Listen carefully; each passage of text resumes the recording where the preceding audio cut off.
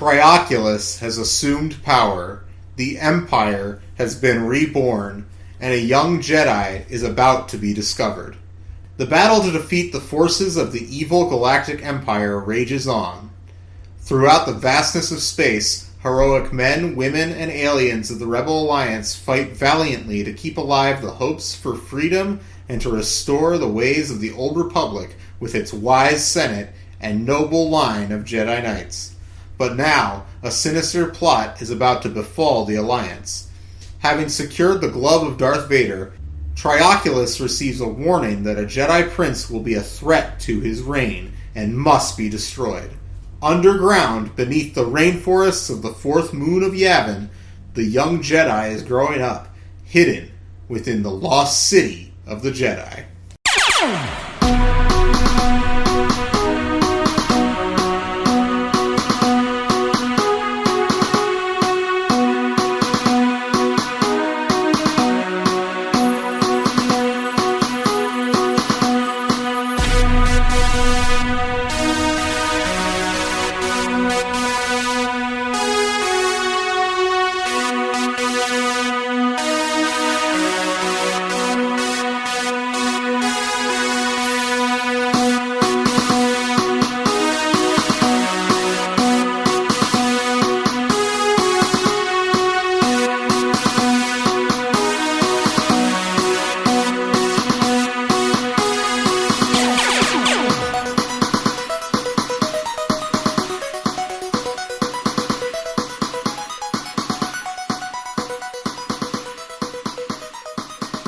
Dark greetings, Dark greetings!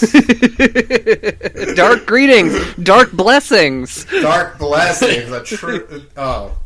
Thank God. I forgot about Dark blessings. It's such an important part of the plot in this book. Dark blessings is at least... it's at least half this book is Dark blessings. Oh, boy. Well, my name is Tim May, and your name is Levi Peretic, and this show is called Padawan Library, and it's about Star Wars junior novels, or young readers' books, if you prefer. And this week, we're returning to one of our earliest episodes. Is that right? Yeah. Jedi, that would have been, what, episode 4? 4. Yeah. So... but, you know, this is our first episode we've recorded in a few weeks, because we actually banked a few. Mm-hmm. But, you know, now we're back on our bullshit. We have, we're 2 days before the release of the episode, recording the episode. Did you have a good time off? Well, first off, in my first couple days off, I was a little confused as to what to do with myself, because usually I'll wake up in the morning first thing and I'll read a couple chapters in my book, and I didn't have a book to read, and this jarred a memory in me. Way back in high school, I got a job, a seasonal job, so basically a job for a month, at KB Toys. Remember KB Toys? Yes. R.I.P. KB Toys. Anyway. Best I used to get my Dragon Ball subtitle tapes there, man. Ooh, it's the only place you could get them. Walmart didn't sell the subtitles. I used the job to get myself, I got first dibs at the 30th anniversary figures, the ones that came with a coin. I was getting, first dibs at the box of figures. Got so much good stuff out of there. Anyway, so the other employees knew that I liked Star Wars, and they were like, oh, you should talk to this guy. He likes Star Wars. So I was like, all right. So, I brought it up to him, and the dude couldn't have been, more cold to me. He just, tried to, write me off like anything. And he tried this flex where he was just I read a Star Wars book every week. And I was like, all right, that's cool, I guess. And then I suddenly realized I have become that guy, because I now read a Star Wars book every single week. I'm sure he was reading more advanced material. He definitely was. I'm sure he was. I'm sure he also despised... If I had to guess by the way he treated me, then I'm going to say he despises, the retcon of the canon and the whole new canon. Oh, he's definitely, a BBL guy, bring back yeah. Yes, he has to hate He definitely Force contributed Awakens. to that billboard or whatever outside of the Lucasfilm offices in the Bay Area. Do you remember that? No, I don't. I don't know A about bunch of like losers, and sorry if any of them are our listeners.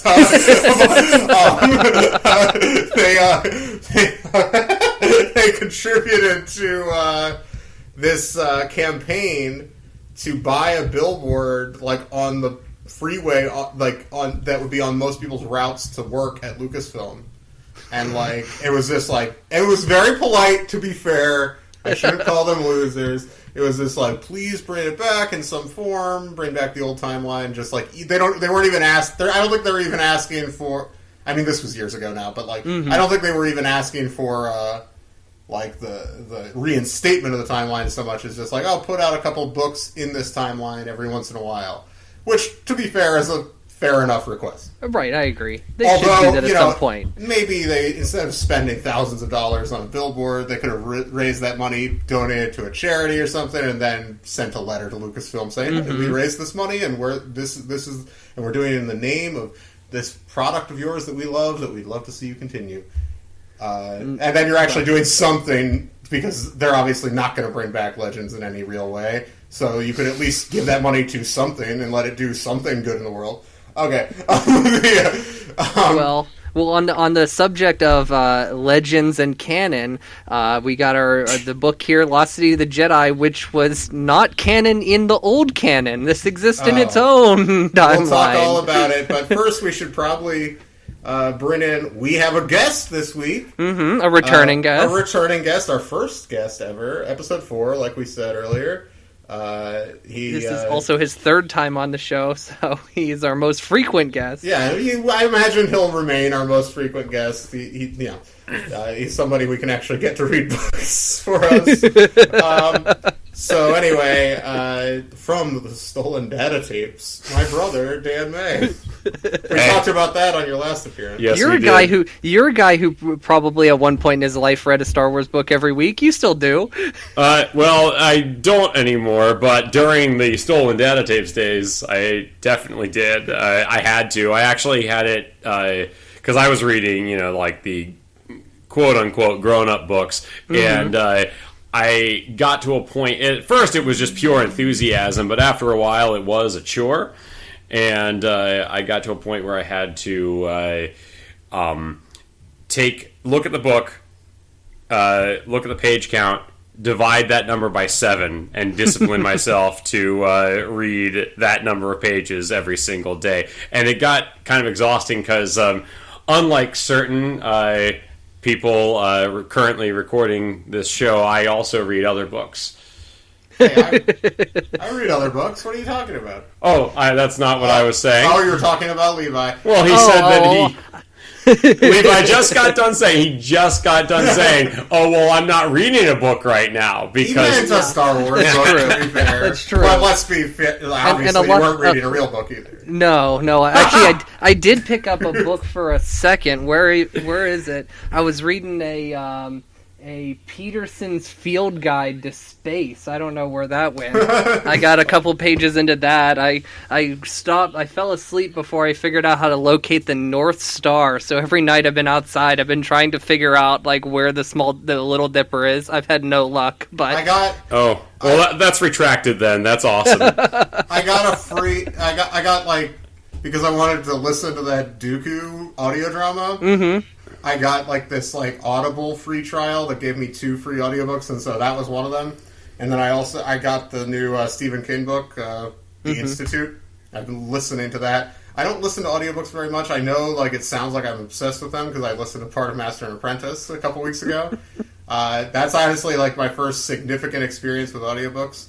They're fun. A little bit theatrical for my taste sometimes. Sometimes I like, maybe it's a different thing than reading a book. That's all I'll say. But the new King novel is very good.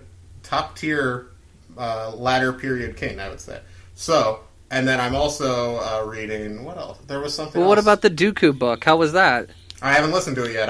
Okay. I thought you had... It's just sitting there. It's 6.5 hours. It's not a book. It's an audio drama. Straight up audio drama. That's awesome. With a full cast and everything, apparently. So I will get to that. When I do listen to that, I will talk about it on the show. But I just ordered the John Hodgman book, Vacation Land. Oh, nice. I read a preview of it. It's funny. I like John Hodgman. We just went to see him. He was at a show we went to a couple weeks ago. But anyway, there's no Star Wars news really. We're in the dead period right before the real ramp up. I feel like we're coming up on Triple Force Friday in a week or two, right? A couple weeks. Yeah, something like that. I think it's a couple weeks. We're gonna have an episode dropping on Triple Force Friday. So, Well, I guess we both need to go to make sure we go to like a Walmart. We'll have to talk about it the following week. Now, yeah. Which merchandising opportunity is Triple Force Friday? Well, they've done Force Friday for the last two movies. For Force Awakens and Last Jedi. Vaguely. They would do, all the merchandise would come out for those movies on one day, and usually in September. And this year, it's going to be it's called Triple Force Friday, because it's for Rise of Skywalker, The Mandalorian, and the game, what's that game called? Fallen Order, I think. Yeah, Fallen Order. Oh, yeah, that looks pretty cool. That game comes out that day. Okay. And then a bunch of the books, like the book we're going to be reading in December, Spark of the Resistance? I think that's it, yeah. That's coming out that day. So there's a lot of stuff. I don't think I'm going to buy any action figures, but I might go look around a little bit. Maybe you or I could shoot some footage and we could throw together a video or something. That would be silly. That would be very silly. Definitely do that. Okay. That's going to be at a very interesting time for me. This whole next couple weeks is a very interesting time for me because in our week off, I found out that my wife and I, Mel, have gotten jobs in Texas, and we need to leave for the winter. Yeah, and but luckily where we're going, it's a campground. We're work campers. There's apparently good Wi-Fi, so I don't have to worry about that. That's good. So we'll be able to keep going because we started recording on FaceTime. It's making the words much easier. Yes, it has. Rather than the phone, you no longer have to hold your phone and read with one hand, which you complain about so much.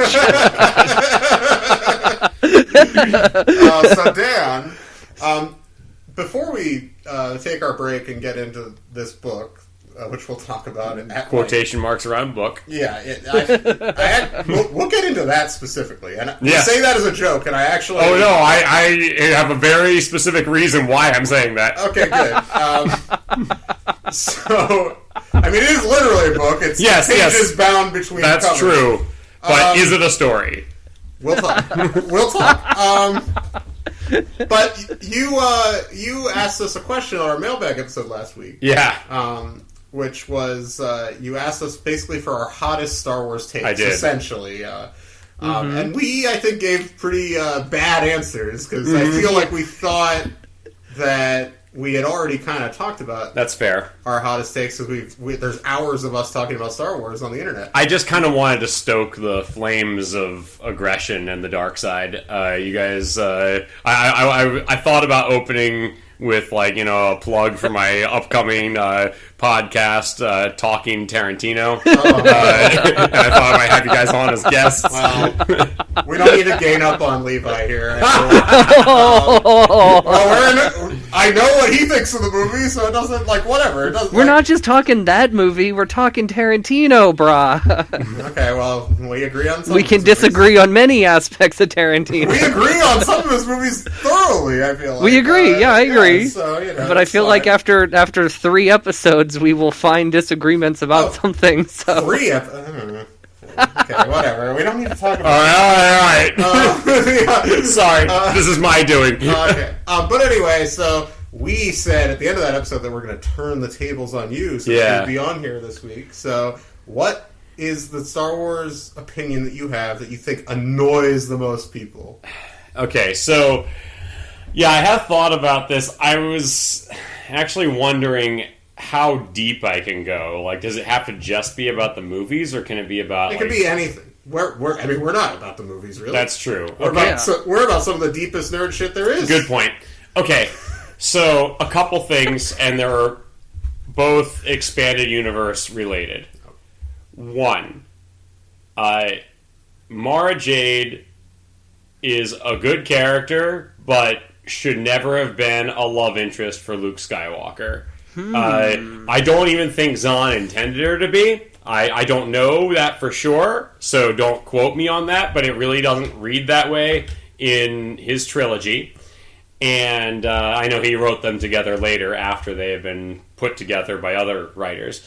But comic book, right? There's a... Yes, well, they get married in a comic, yeah, and the romance develops. But I don't actually think the characters are compatible, like, in a romantic way. I think they're good friends by the end of The Last Command, and that's how it should have stayed.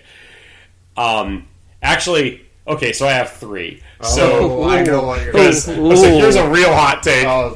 People yeah, you know what I'm going to say? Okay. I'm going to be shocked by this. So, guess what? I don't think that Mara Jade is a great love interest for Luke Skywalker, but do you know who I think is? Callista Ming. And if you guys don't know who that is, there was a trilogy... a pseudo-trilogy of books that featured her, and she was like a Jedi from the Old Republic era, or the prequel era, really, before there were any prequels, and she, through means that I actually cannot remember off the top of my head, but if you dig up my review on Stolen Data Tapes, you can find probably it. Gone, because Tumblr's terrible. Oh, really? I don't know. But anyway, I haven't even looked. But in any case, yeah, she wound up being trapped in some sort of state of suspended animation. It was maybe like a pseudo-spiritual thing. I can't remember. But then she winds up in the present. And I thought she was a better interest, love interest for Luke Skywalker.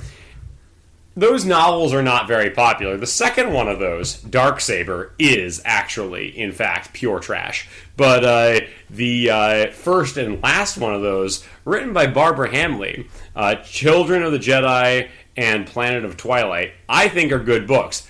Very hated by fans. Or at least they were in the pre-Disney era. Now I bet a lot of those people that used to hate those books now pretend they just love all the Legends books. This is what the BBLer mindset is. Oh, maybe, yeah.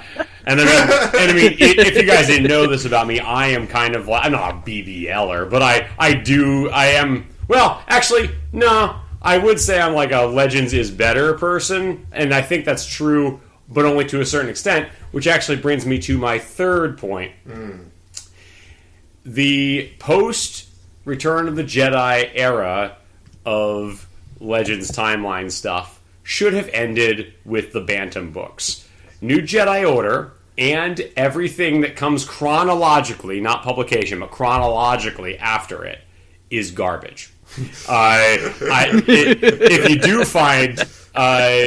you ever do find Stolen Data Tapes, you'll see several reviews of New Jedi Order books where I am like trying desperately to find the good in them because I was trying to keep things positive on that blog, but I'm looking at them right now. Oh, good, they're still up. They're still around. We'll find a way to post a link to this below. And they actually have a lot of the same problems as the new trilogy. Too dark. Completely erasing all of the good accomplishments of the protagonists from the original trilogy. Bunch of grim, dark, Warhammer 40k style horse shit.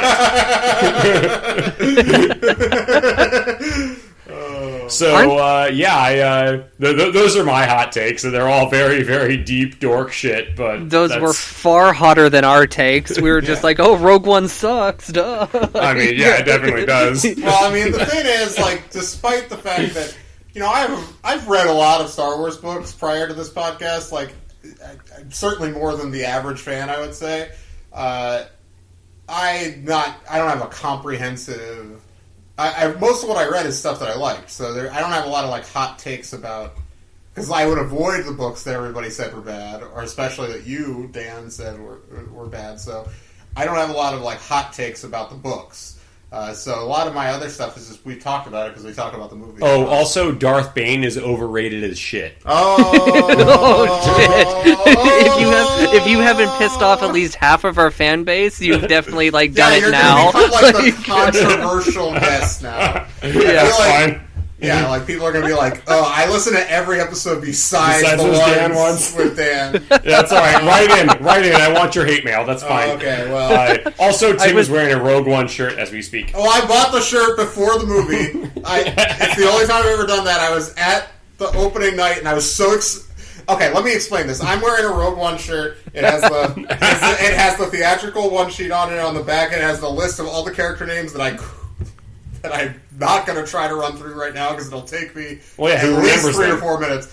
But anyway, we went to the opening night of that movie, and I had read Catalyst, which is the official prequel book. Better than Rogue One. Yes, of course, better than Rogue One. It is. That's an obvious statement. Obvious hot take. No, everyone knows. That's like saying the prequels are good. Like that's like any real Star Wars fan like agrees with that. I'm not, you know what I mean. I'm not trying to one true Scotsman everybody. Okay, so anyway, I was so pumped for that movie because of that book. I was like, well, worst case scenario, it's still going to be better than Force Awakens, which I like, by the way. I'm not like an extreme hater of Force Awakens, but like I was like, it's still going to be like the best Star Wars movie they've made so far. So, like, I'll buy this, and it's like, I kind of like that poster, so I bought the shirt, and then I don't really like that movie, so I just have this shirt that I wear sometimes, and it's funny. But only for people who we know. So, what's up, Levi? You've been looking at the Stolen Data tapes, I feel like. I'm not. I've heard these rumblings because I keep seeing people talk about the Thrawn books, the new Thrawn books, not the old ones. Yeah, I still haven't read those. I hear they're good. But I've heard these things that they are setting up like a species from, like, of course, either from outside the galaxy or another part, and these guys sound a whole lot like the Yuzhan Vong. No! And I worry that if they're setting these characters up in like books, wonder if they're going to play a larger role in a post-sequel trilogy story. Yeah, I don't know. Well, I worry about that. I will say this. There were these 2 books by Timothy Zahn called the Hand of Thrawn duology, and they were kind of meant to be like a lead-up to New Jedi Order. And while I have already said that I've already expressed my distaste for New Jedi Order, those books were really cool, and there was this whole thing where Thrawn and his species, the Chiss, were trying to, like, had been, like, actually working for decades to stave off this incursion from outside the galaxy. That stuff was pretty cool. It's just that what it wound up being was trash. Yeah. Well, could you hand me my water, Dan? Yeah. Thank you. And we're leaving this on the show, but yes. What isn't left on the show? You know what? Hey. You try to edit the show every week. We don't make money on this show. We lose money on this show, don't we? We do. We definitely do. We lose money on this. This is something we do for fun, and it's not fun for me to have to go through the episode and cut out ums and pauses, and when we start screaming at each other, I just don't really want to do that. So. All right. Anyway, we get in the book. We got to get to the book. So when we come back, we'll be finally picking up our conversation from several months ago. Jedi Prince number 2, The Lost City of the Jedi. Professor Hack Hard Drive returns. Welcome back to Padawan Library. I'm Tim May, here as always with Levi Paratic and our special guest, my brother Dan May, who will. Let's talk a little bit about the series in general. Let's remind people. We're gonna recap this book in the official way with the opening crawl of this book. But we'll get to that in a second. These books are written, as you guys know, by Paul Davids and Hollace Davids. Married couple, at least at the time. Are they divorced, do we know? I think that I have no evidence that they're divorced, so... Okay. Are you just, thinking that nobody could possibly stay married to Professor Hack Hard Drive?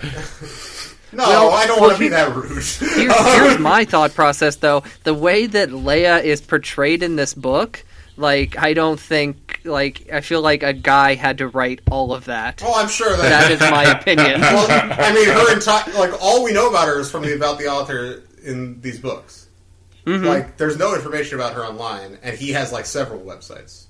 Right. So Right. I feel like it's possible they're divorced. I don't want to assume that, but it's possible she's not she real. ran like Oscar campaigns for Universal Pictures, according to the back of this book. So like, yes. So she was running like the Oscar campaign for Schindler's List. Is that what that means? Like, like, is that what that means? Well, maybe, but like then that would just mean that she's not really an author by trade. She was probably just helping him out. Neither with his is book. Paul Davis. That's definitely true. Yeah, he's a Transformers writer and a literal a Z-rate Weird Al. Z-rate.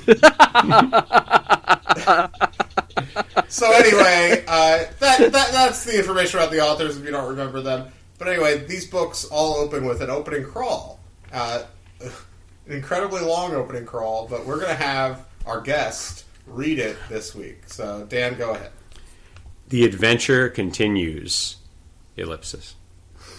It was an era of darkness, a time when the evil empire ruled the galaxy. Fear and terror spread across every planet and moon as the empire tried to crush all who resisted.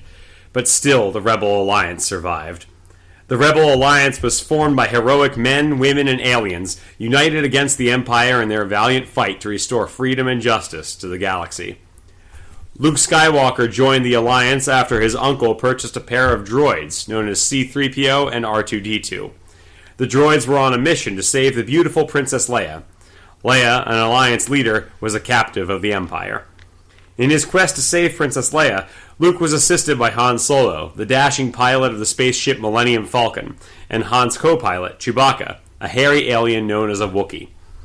Han and Luke eventually succeeded in rescuing the rebel princess, but their struggle against the Empire did not end there. Luke and his ragtag group of rebel freedom fighters battled armor-clad stormtroopers and mile-long star destroyers. Finally, they destroyed two of the Empire's mightiest weapons, the Imperial Death Stars, which were as big as moons and powerful enough to explode entire planets. In the course of his adventures, Luke sought out the wise old hermit, Obi-Wan Kenobi, who became one of Luke's teachers in the ways of the Jedi Knights. The Jedi Knights, an ancient society of brave and noble warriors, were the protectors of the Old Republic in the days before the Empire was formed. The Jedi believed that victory comes not just from physical strength, but from a mysterious power called the Force. The Force lies hidden deep within all things. It has two sides. One side that can be used for good, the other, the dark side, a power of absolute evil.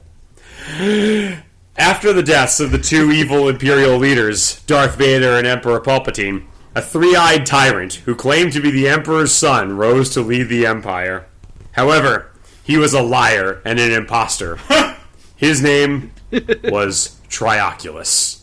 Trioculus was aided in his rise to power by the Central Committee of Grand Moffs, a group of sinister Imperial governors who spread terror, misery, and fear on many planets. Grand Moff Hissa had masterminded the secret plot to put Trioculus on the throne as part of an even darker plot that would give the Grand Moffs more authority. However, Kadan, the supreme prophet of the dark side, foretold that the rightful heir to the Emperor's command would wear the glove of Darth Vader, a powerful and indestructible symbol of evil. To strengthen his claim to be emperor, and to unite the Imperial warlords who had been feuding among themselves, Trioculus embarked on a search for the glove. Despite Luke Skywalker's efforts to prevent Trioculus from ever finding the glove of Darth Vader, Trioculus recovered the prize on a mission to the ocean world of Calamari. There, the Imperials and the Rebels survived a deadly undersea explosion, leaving their fates unknown to one another. Trioculus is now on a journey to seek the Supreme Prophet's dark blessing and acceptance of his claim to be the rightful ruler of the Empire. Meanwhile, Luke has arrived in Cloud City on Rebel Alliance business, and he is now on his way to visit Han Solo before he returns to Alliance headquarters on the fourth moon of Yavin. Unknown to Luke, a strange dream is about to lead him on a mysterious quest, a search to find the legendary Lost City of the Jedi. Jesus. Okay. So fucking long. Well, first off, Trioculus is a liar. He's a liar and an imposter. Yeah. I want to point out, I felt very much, while I was reading that, I'm a teacher. I'm an English teacher, for the listeners that didn't know this. And sometimes, we'll read something together in class, and I'll throw them a bone and I'll read a little bit. And occasionally, I'll get the feeling as I'm reading that my students don't give a shit. And so I'm just I'm reading it as best I can with all the proper inflections and the proper cadence, but I can feel their boredom, and so I'm getting nervous. That's how I felt while I was reading that. So it's not your fault I by know. any means. Here's what I have to say about this. First of all, that was a full 5.5 minutes of reading that opening crawl. The opening crawls in the movies are what, a minute 20? If that, yeah, I know. Something like that. And to bring it back to Paul Davids, the writer, or one of the writers, he went to the AFI Film Institute with the great Paul Schrader. screenwriter Paul Schrader, and who comes up on this podcast quite often. He came up last week. Last week we talked about First Reformed. Yes, if you love Star Wars, you will love First Reformed. Hey, you know what? If you love Star Wars for the reasons we love Star Wars, you might love First Reformed. First Reformed rules.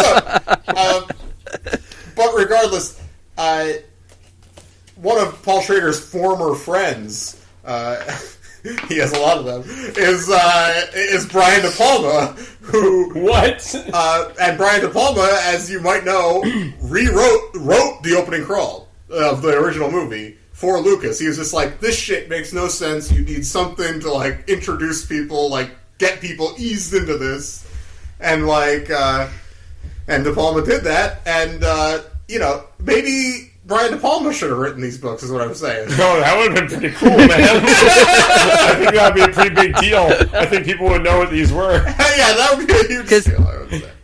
What's baffling about this book is any new character in this book, say Trioculus, and a character we will soon discover named Ken, knows all of the events of the previous movies, but us as the reader are treated like complete imbeciles and have to have absolutely everything about the previous movies explained to us. Yeah, well, we'll talk about how much they know about the movie. Hold on. There's one other thing about this. All that, we pointed out how long it is, and there's a full recap of the previous book as well, except there's no mention of any of that whale bullshit at all. Oh, there's a mention of it later in the book. The Whaladon! Yes, there is, but it's There's no Whaladon mention in the recap of the other book. I think it's weird you would just call them whales. A little rude, maybe? They're not the same thing. But anyway, one thing about Ken, before we get to Ken, these books have dramatis personae at the beginning of them. And with pictures of all the characters, and in my copy, Ken is here under the Rebel Alliance, and the previous owner, or one of the previous owners, decided to color him in with gel pens. Can you see that? I do. That's fantastic. We'll post a picture on the Instagram. It's delightful. It's also super era appropriate for when the book came out. It was 92. He's I think in, it was 90. I thought it was 94. I could be 94? wrong about that. Yeah, I could be wrong. Well, Let's find out. 92, oh, you're right, maybe? 92. Anyway, yeah. But yeah, it's very era appropriate because it's that tail end of the 80s. It's before Nirvana fully takes hold in the culture and the aesthetic just totally changes. But well, you can check out the Instagram for that. You have the odd chapters this week, am I right? Yes. Okay. You're right. I have the odd chapters. You really scared me there for a second. It also means, being that this book is only 7 chapters, I had to review one more chapter than you. That's always true. And if the book has an odd number of chapters, whoever gets the odds has to do more. Well, you got it easy this week because this page is only 80 pages. Oh, you'll be fine. You have to do 4. I have to do 3. It's Well, way less than we normally do anyway. Yeah, I agree. All right, let's get into this. Chapter 1, The Bomb and the Dream. And now I have a summary here of the first 2 pages, and the amount of stuff that happens in these pages may blow you all the way. 1 second before we start. The Bomb in the Dream sounds like the name of an issue of like a Planet of the Apes comic about the bomb cult. Oh, I wish. From beneath the Planet of the Apes. I reveal my inmost self unto my God. The Bomb. You know, the Lord Bomb made us all. Right? All things bright and beautiful. Okay, listen. Watch Beneath the Planet of the Apes. Watch First Reformed. These are important pieces of context for this episode. Oh, sure. You need them. Well, there is an underground, like, doomsday bunker type thing going on in this book. Yeah, there is. All right, well, Levi, I'm sorry to keep stalling the beginning, but let's go. All right. Luke Skywalker and his trusty compadres, C-3PO and R2-D2, are on Cloud City, seeing to an important spin business. Spin, of course, if you don't remember, is the Senate Planetary Intelligence Network, an offshoot of the Rebel Alliance. Lando Calrissian called them to help because the restaurants and hotels on Cloud City keep getting raided by not just anybody, but Imperial space pirates. No joke. Imperial space pirates. Apparently that deal Lando made to keep those pesky Imperials out of the city for good were useless. So these Imperial space pirates they are stealing food and taking it to a secret Imperial base to feed their many hungry stormtroopers. With R2-D2's help, R2 developed a program called WAD. W-A-D-D. WAD, of course, is a warning and detection device. Of course. So they just got done installing WAD, and they decide to pay a visit to their good buddy old pal, Han Solo and Chewbacca. Now remember, Han has left the Alliance in Spin and broke up with Leia because he was going to build his dream sky house because Lando gave him a good deal on some cloud real estate. Can we read a little bit of this? We're going to. Okay, let me know. Okay. First off, so we're outside the door here, and Han's door to his warehouse has one of those eyeballs that pops out of the door like Jabba's palace. And C-3PO says here, "Gracious," he explained, Luke's C-3PO, Luke's golden droid. Han certainly has become strict about security. Maybe that's because Han's warehouse is in Port Town, replied Luke. This happens to be the most dangerous neighborhoods in Cloud City, a hangout for all types of alien hoods and sleazy small-time gamblers. So we now know that there are some bad neighborhoods, apparently, in Cloud City. Now, we're going to jump ahead to when they finally see Han and Chewie. Can I play Han here? Oh, I wanted to play Han. There's one line that I need to say. Okay, all right. You'll play Han. I'll be Luke. You don't have we're gonna to. No. We'll switch back and forth. But the Han lines in this book, we're probably going to read every Han line in this book. So start on page 3 with "Hey kiddo." All right. "Hey kiddo," said Han. Kiddo. Okay. Kiddo. Peeking out from underneath his unfinished house, his hands filled with tools. The house was floating in the air, about 3 feet above the warehouse floor. Han dusted himself off and stepped out to greet his friend. "How's Her Royal Highness, Princess Leia?" "She misses you," Luke said. "She does?" Han asked with a hint of excitement in his voice. "I thought she was so mad at me for going off to build my sky house that she'd have forgotten me by now." Luke shook his head. "She misses you quite a lot, in fact. When you said goodbye to leave for the Kessel mission, she..." Luke stopped himself mid-sentence, glancing around in sudden amazement. "Wow, I didn't know that you were building a mansion, Han." A floating mansion, Han said, laughing. Han took Luke on a little... Okay. Yeah. All right. I need to read this. This is the reason I want... I'm sorry. There is one... Keep going. Okay. Han took Luke on a little walk around the outside of the house, pointing out all its special features. I have been from one end of this galaxy to the other, said Han, his voice swelling with pride, and I've never seen another house like this one. It's a new concept of mine. Houses that float in the sky. If you don't like the cloud you're living on, you just drift to another one. I just wanted to read that line. It's a new concept of mine. Houses that float. So Han Solo is the Thomas Edison, or excuse me, pedantic douchebags, the Nikola Tesla of the galaxy. The history there is a lot more complicated than losers on the internet want to think. That's definitely true. But anyway, but yeah, my point is, so Han's an inventor now. He's...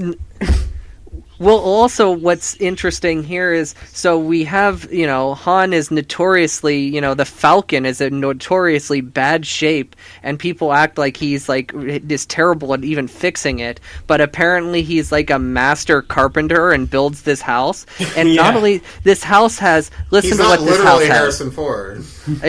Apparently, Paul Davids thinks he is.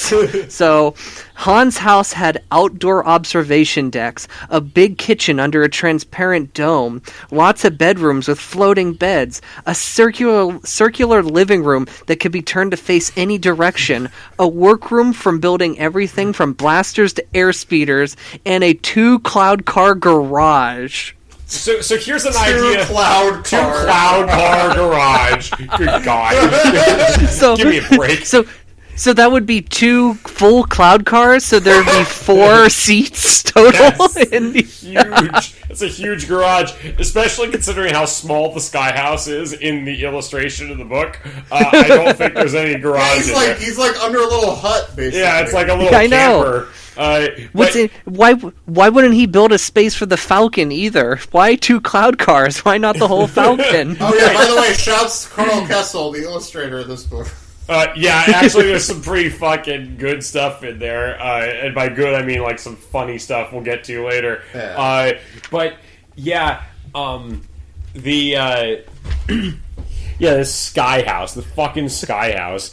Here's the next sketch that you guys do. The next shitty sketch that's on this show should be Star Wars Cribs. With we've done it before. Have you? We not for the show. Something we've done else. Cribs parodies in the past. Oh, okay. Yeah. With Han Solo showing Luke around Sky House with some shitty little beat in the background. Good God. All right, I'm going to move on a little bit. Well, so Luke's remarking on this house. I was just wondering, Han, Luke said, is there any special reason you made the house with so many bedrooms? Why do you ask? Han replied suspiciously. Luke gave a shy smile. Well, I guess I was just wondering if you ever intend to get married and fill this house with kids. Han laughed. Who, me? Give up my bachelor ways to settle down? That's a real long shot if I ever heard one. Han scratched his chin, giving Luke's question a little thought. Of course, he went on. I suppose I'd have to admit there's always one chance in 100 that could happen. Luke looked his old friend straight in the eye. Come on, Han, he said. You can tell me. You were thinking about marrying my sister, Leia, when you built this huge place. In case you didn't know who that was. My sister, Leia. We've already mentioned her before, but you needed reminded that she's his sister. So, from here, after Luke asks Han point blank if he's going to marry his sister, Han dons another talent that we did not know previously about Han Solo. He puts on a chef's apron and starts cooking him up some of his signature spicy Carillion meal on his nanowave stove.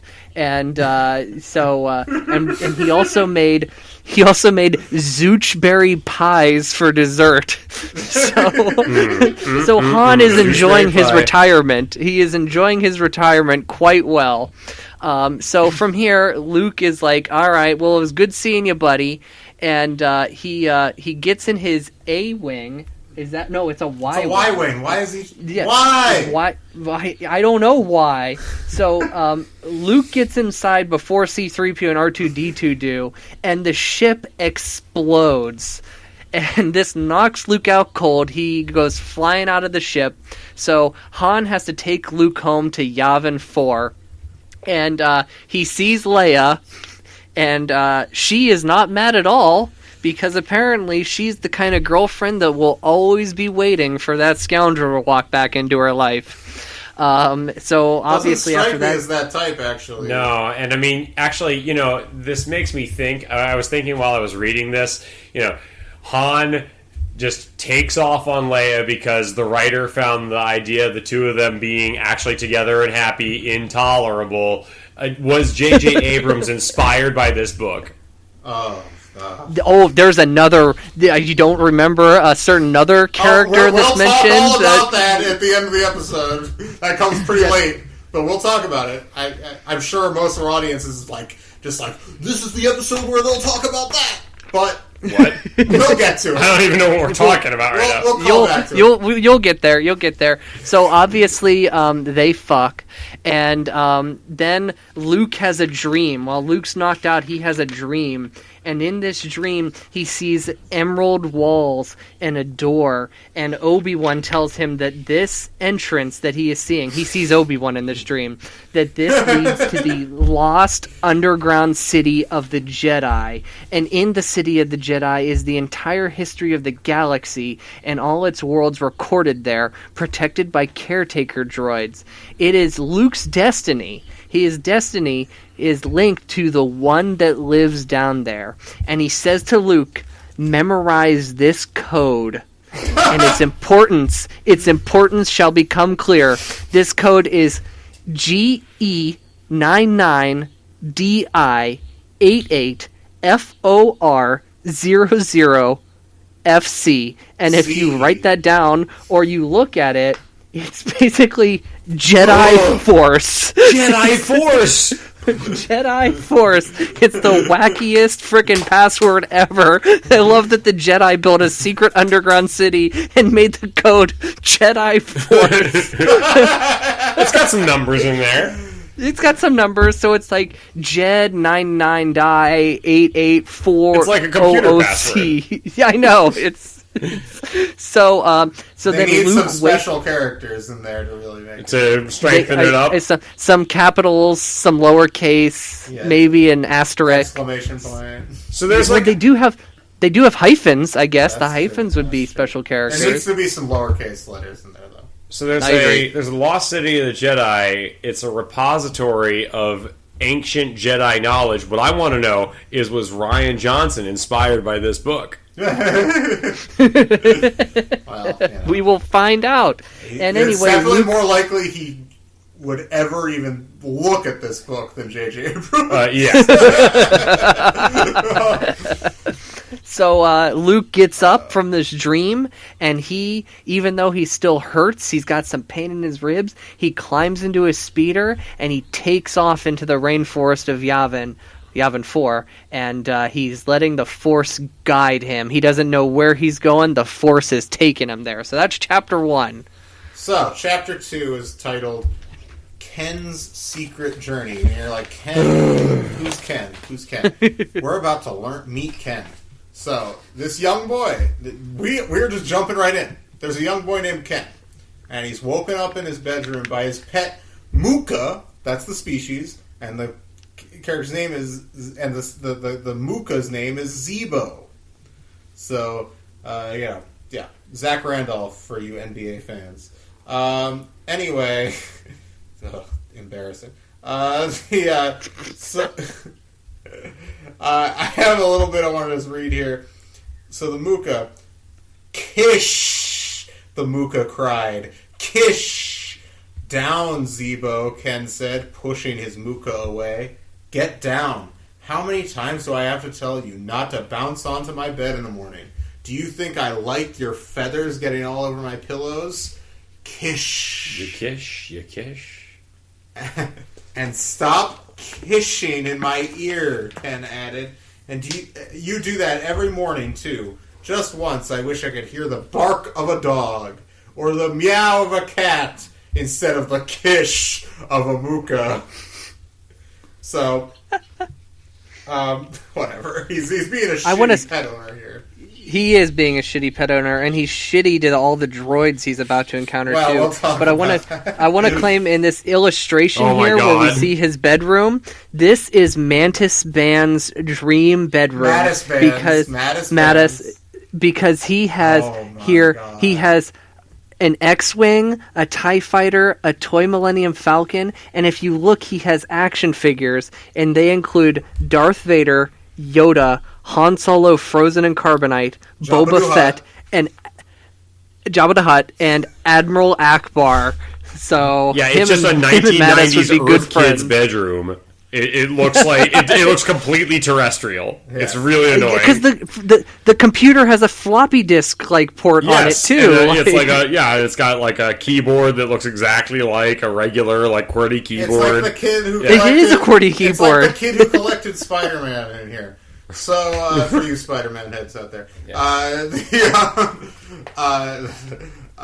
anyway, so he gets up and he checks his computer notebook, where the homework correction droid HC-100 has already snuck in last night, apparently, into Ken's dome house and graded his unfinished essay on the moons of Yavin.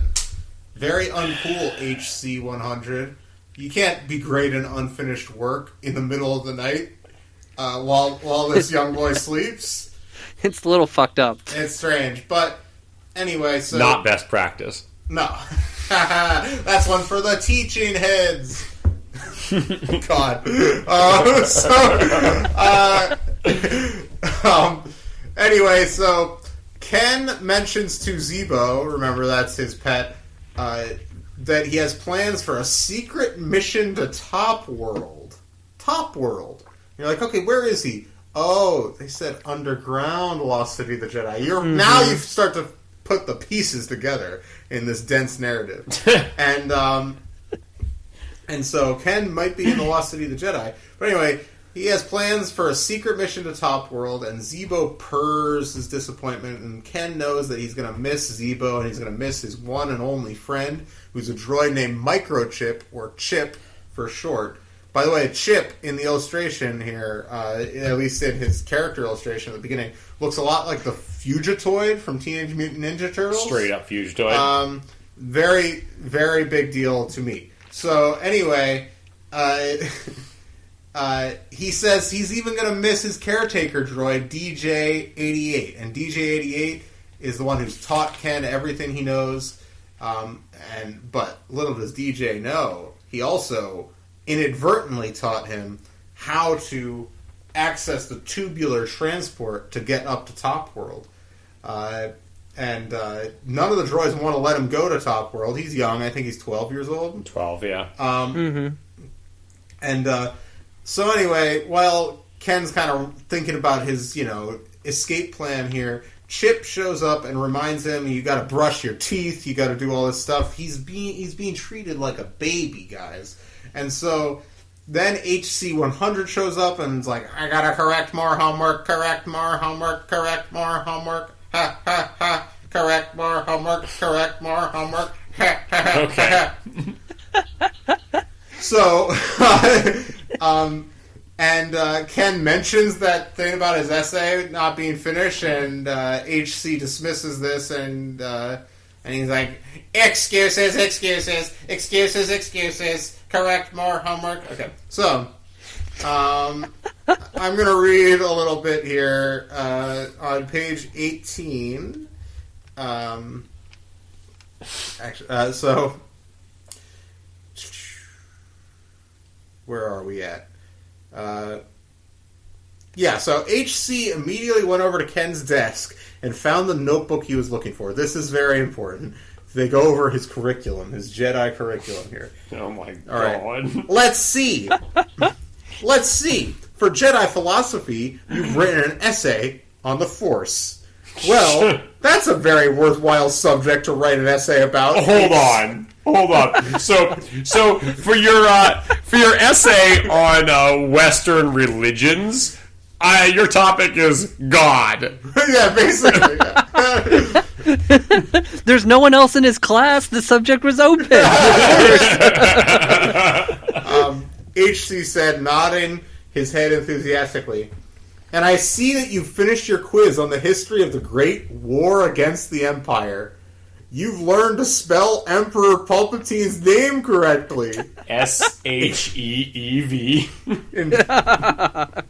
He certainly was a horrible emperor, no doubt about it. The galaxy's better off now that he's dead. And what have we here? You've correctly described Darth Vader's role as Emperor Palpatine's second-in-command, but, oh no, you've made a serious mistake in your quiz on the Rebel Alliance. Luke Skywalker didn't pilot the Millennium Falcon in the first battle against the Death Star. It was Han Solo, and Chewbacca was his co-pilot. I thought you would know that, Ken. So, this is a huge issue for me. This book takes place basically immediately after Return of the Jedi, within a couple months, right? Sure. Mm-hmm. Why the fuck is all of this public knowledge? Unless basically, like, this is like, these droids, by the way, I assume are not Force sensitive, so it's not like they're receiving this information through, like, Force. Right. At least I hope. Whatever. Anyway, I got more to read here. Ken's side. I guess I must have been daydreaming. Daydreaming? HC asked, surprised. About what? Ken wondered how much to tell HC about his daydreams. He thought about it, and he slowly ran his forefinger across the crystal he wore around his neck. It was shaped like half a sphere, veined with deep blue lines, and attached to a thin silver chain. Ken had worn that crystal as long as he could remember, since the days before he had been brought to this underground place as a very young child. Ken didn't know who had given it to him, and if any of the droids knew, none of them had ever been willing to answer any questions about it. I guess I was daydreaming about actually meeting Luke Skywalker and Han Solo and Chewbacca, Ken said finally. I wonder what it would be like. Imagine flying off with them in the Millennium Falcon. Honestly, Master Ken, you worry me sometimes, HC said, shaking his head. Imagine a boy of your age wanting to go gallivanting around for the galaxy with the Alliance. Remember what DJ told you. Down here where we live, there's no evil. But up there, top world, the spies of the Empire are everywhere, and the dark side is strong. I'm not afraid of the dark side, Ken said as he finished getting dressed. I'm old enough to go top world. I want to find out for myself what the real world is like. Nonsense! When HC continued going through Ken's school files, Chip turned to a vaporizing tooth cleaner and stuck the tip of it into Ken's mouth. You'll be old enough to... Okay, whatever, let me see. Okay. So they go on about cleaning Ken's teeth and all this kind of stuff, and this is actually important. And Ken's like, "What makes me so important? You have to protect me so much, all this stuff." And HC says, "Well, for one thing, because we raised you." HC replied, "It isn't just any boy who can say he was raised by the caretaker droids of the Jedi Knights, and we've allowed you to learn many Jedi secrets. I might add. Why do you think we treat you like royalty here? Like a prince? A Jedi prince? Fuck." So, Ken is finally revealed to be The Jedi Prince. Jedi Prince Jr. Jedi Prince Jr. Anyway, so there's all this other stuff. He whines a bunch, and so, Chip forces him to shove tooth cleaning fluid into his mouth or something. So, and then HC rushes Ken along, and he's like, "You got to get to the Jedi Library. You got to get to class." And but on his way, Ken slips away, and he pulls out a metal key card he had forged to gain access to the tubular transport I mentioned earlier. And as soon as the door opens to the transport, he gets caught by Chip, and Chip warns him about going top world. But Ken just takes him along into the elevator, much to the droid's irritation. And I'm going to read one last bit, and then we're done with this chapter.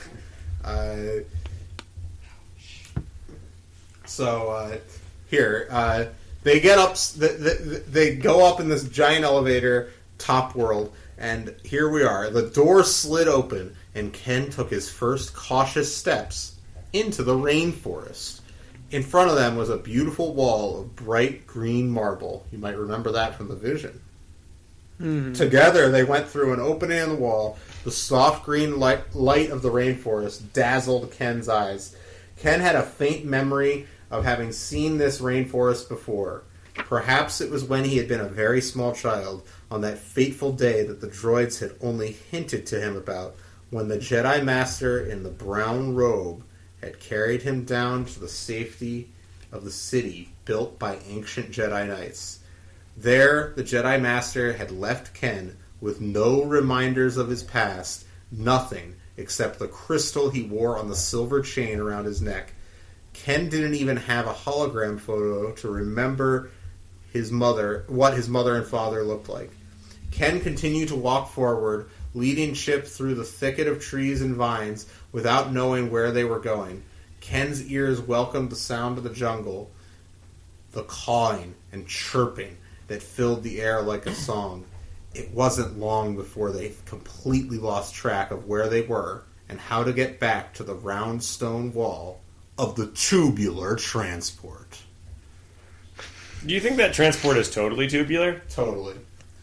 So, one thing that I feel like we should maybe touch on here, because we probably will forget, and it's not answered at this point. Do you have any speculation on who the Jedi that brought Ken to the Lost City is? Okay. It's not answered in this book, but it never really comes up again either. So I feel like it's, in my opinion, since there's no other Jedi mentioned, judging by the front here where Luke sought out Obi-Wan Kenobi, not the opposite way around as it actually happened. I'm going to say it's Obi-Wan, which would mean, I've done the math here, if Ken is 12 and Luke and his sister Leia is 19, then that means Obi-Wan would have had to have left Tatooine when Luke was 7 to deliver Ken to the Lost City of the Jedi. They're not 19 at this point. They're 23 or 24. Okay. Because this is you're right. You're right. So, you're right. All right, then let's say they're 23. Luke is 11 or 12 or something. Yeah. So it's like I don't know about the identity of the Jedi that took Ken there, but I do have a speculation about Ken's parents. Oh, yeah, he doesn't know who his parents are. Yeah, I have a speculation about those. They're nobody. Let's hear it. Filthy junk traders. Probably. Sold you for money. Yes, so good. I hope it's Carrie Russell. I know. Carrie Russell me too. is Ken's mother. Ken better be in this next movie. Rise of Skywalker better have Ken in it. Or Ken should be Rey's brother. I agree. Yeah. Ken and Rey. Same character. Okay, that's all right. That's awfully rude. Chapter 3, Flying with the Force. Oh, so on some Star Destroyer, Grand Moff Hissa has received some bad news from the blaster-shaped earring-wearing Grand Moff Dunhanson. Now Hissa must deliver this bad news to Emperor Trioculus. So apparently, here's the news. Grand Admiral Grunger. Grunger. Are you sure? That's what we said frickin' Nirvana wasn't like popular yet? It sounds the lamest. That's what it is. So Grunger will not give his loyalty to the new emperor until he is confirmed by the supreme prophet of the dark side, Kadan. And this pisses Trioculus off, and he absolutely demands to know if he has the support of Compnor. Now, Compnor is the Commission of the Preservation of the New Order. Now, Compnor, which is Compnor, is not even a proper acronym because they take the first 3 letters from Commission, and then it takes the last 2 letters of Order, so OR. Yeah. Actually, I want to interject here and point out that Compnor is actually a real expanded universe thing. Like, it's not just from this book. I didn't know that. Yeah, it was actually kind of cool. They were sort of, they were kind of like They sort of existed before the Empire and aided Palpatine's rise to power. They were a bunch of like humanocentric, like basically like, you know, the Nazi party while Hitler was on the ascent kind of deal. And then they like the Republican Party now. Yeah. And they sort of became like part of like listeners every day. Oh shit! Actually, not to interrupt. That's fine. Compnor is still canon, and yes, it's in Tarkin. Yes, it is. That's the first mention, and it's mentioned in Catalyst. So yeah, James Luceno is all about just bringing stuff back from Legends, man, because he made a lot of that stuff. I mean, Compnor is not his, but Luceno's my prince. He's the best. He's a Jedi prince. Oh, it's true. Agreed. So anyway, what do they do with Compnor? Yeah, sorry. Go continue. No, you can. Oh no, I'm done. Oh, okay. Okay, I'm trying to figure out when Compnor was first mentioned. Yeah, I think the first time I remember reading it was in there was a story in Tales of the Bounty Hunters featuring.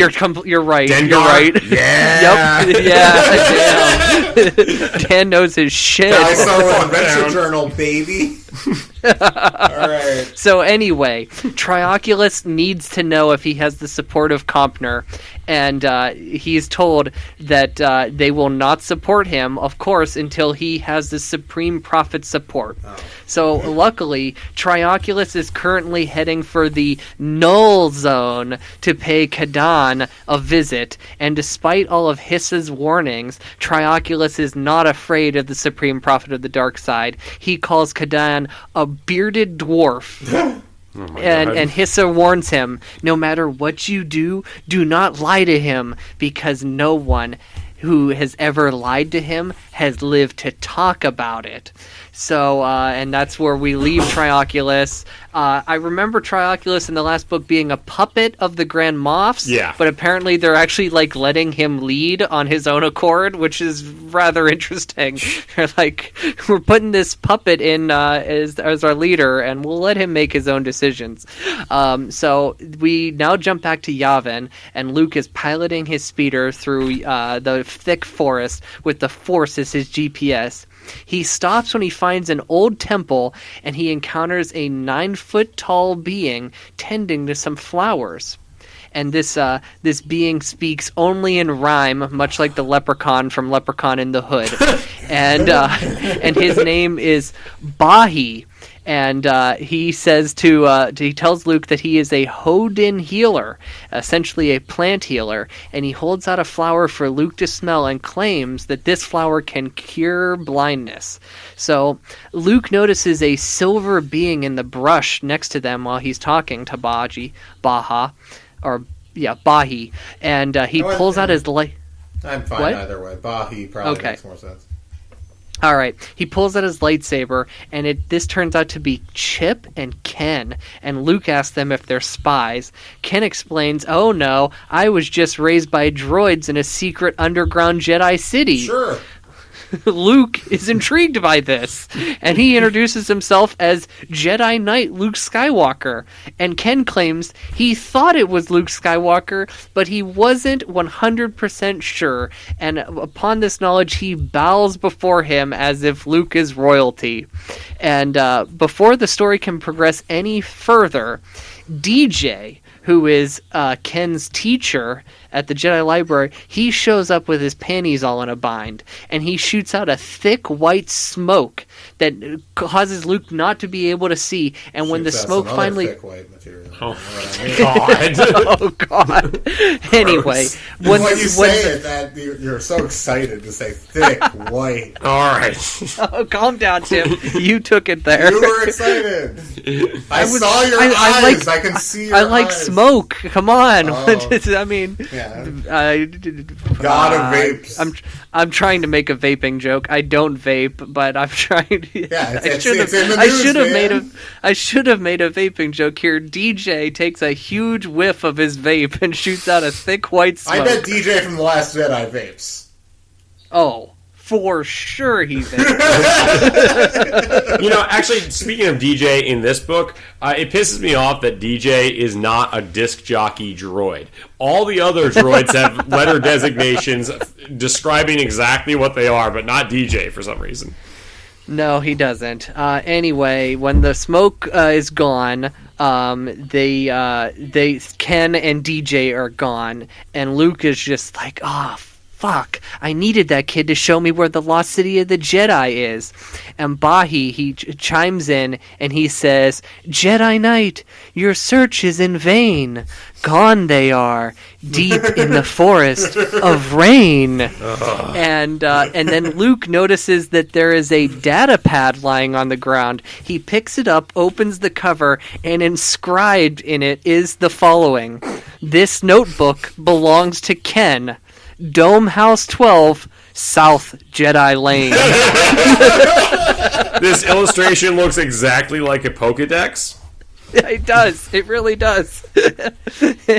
I want to say, so we have South Jedi Lane and Jedi Force as passcodes. Is it just me, or does the Lost City of the Jedi seem kind of lame? Oh, I don't know. Super lame. Extremely lame. Like, I mean, I said that thing earlier about, I made that Ryan Johnson joke, like Octo, or whatever the planet's called, Octu. Octu. Yeah. I used to have before they started adding new movies, I had an encyclopedic knowledge of everything, but oh well, what can you do? But anyway, that's cool. That's really cool. Yeah. But yeah, this is ultra lame.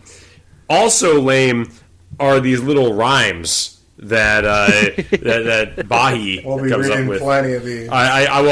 We skipped over some of them, so I'm going to read some now. I'm just going to read them out of context. You come from afar, so very welcome you are. That's one couplet. Baji is my name. I'm glad that you came. A Hodin healer am I. Talk about thick whiteness, if you know what I mean. Oh my god, gross. A Hodin healer am I. May these plants never die. From them comes health, the only true wealth. A Hodin healer never lies. Kibo plants cure the eyes. So rare and hard to find, for the blind man, so very kind.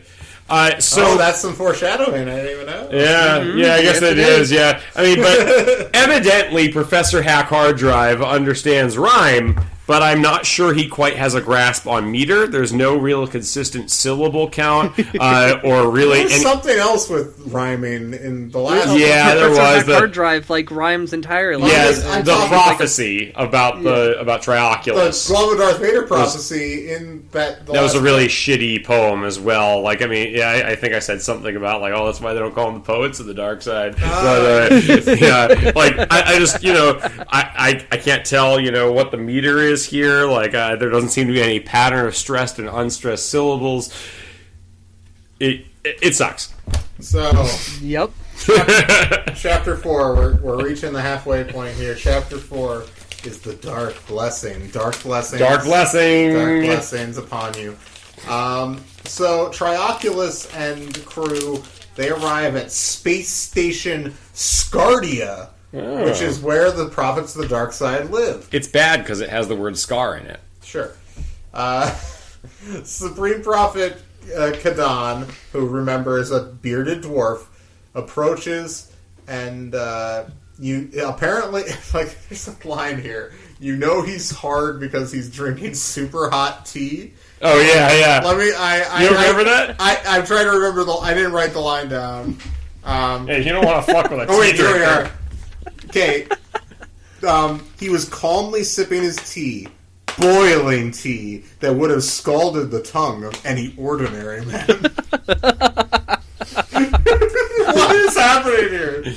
Anyways, I actually don't think the Prophets of the Dark Side idea is inherently stupid. It's just very bad in its execution here. Mm-hmm. Especially because they're all dwarfs, and the one they're guy not all who. dwarves. Well, I thought he was still considered a dwarf, even though he's 7 feet tall. No, he's Kareem.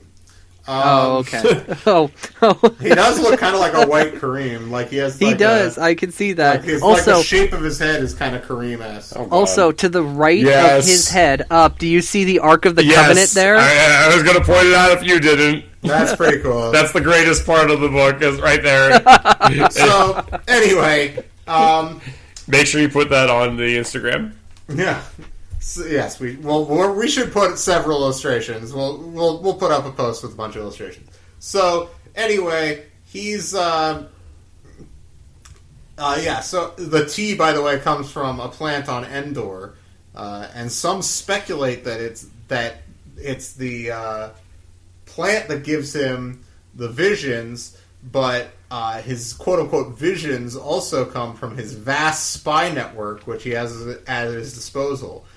So, like, he sends out spies, and they try to make these visions come true. Like, he finds out all this information from around the galaxy and all that. So, they're not so much prophets of the dark side as they might be advertised as. I can't speak right now in coherent sentences.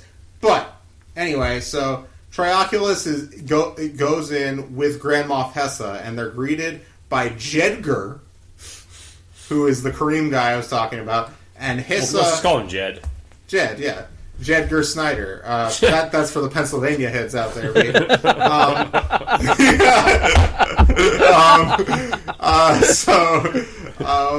Local commercials.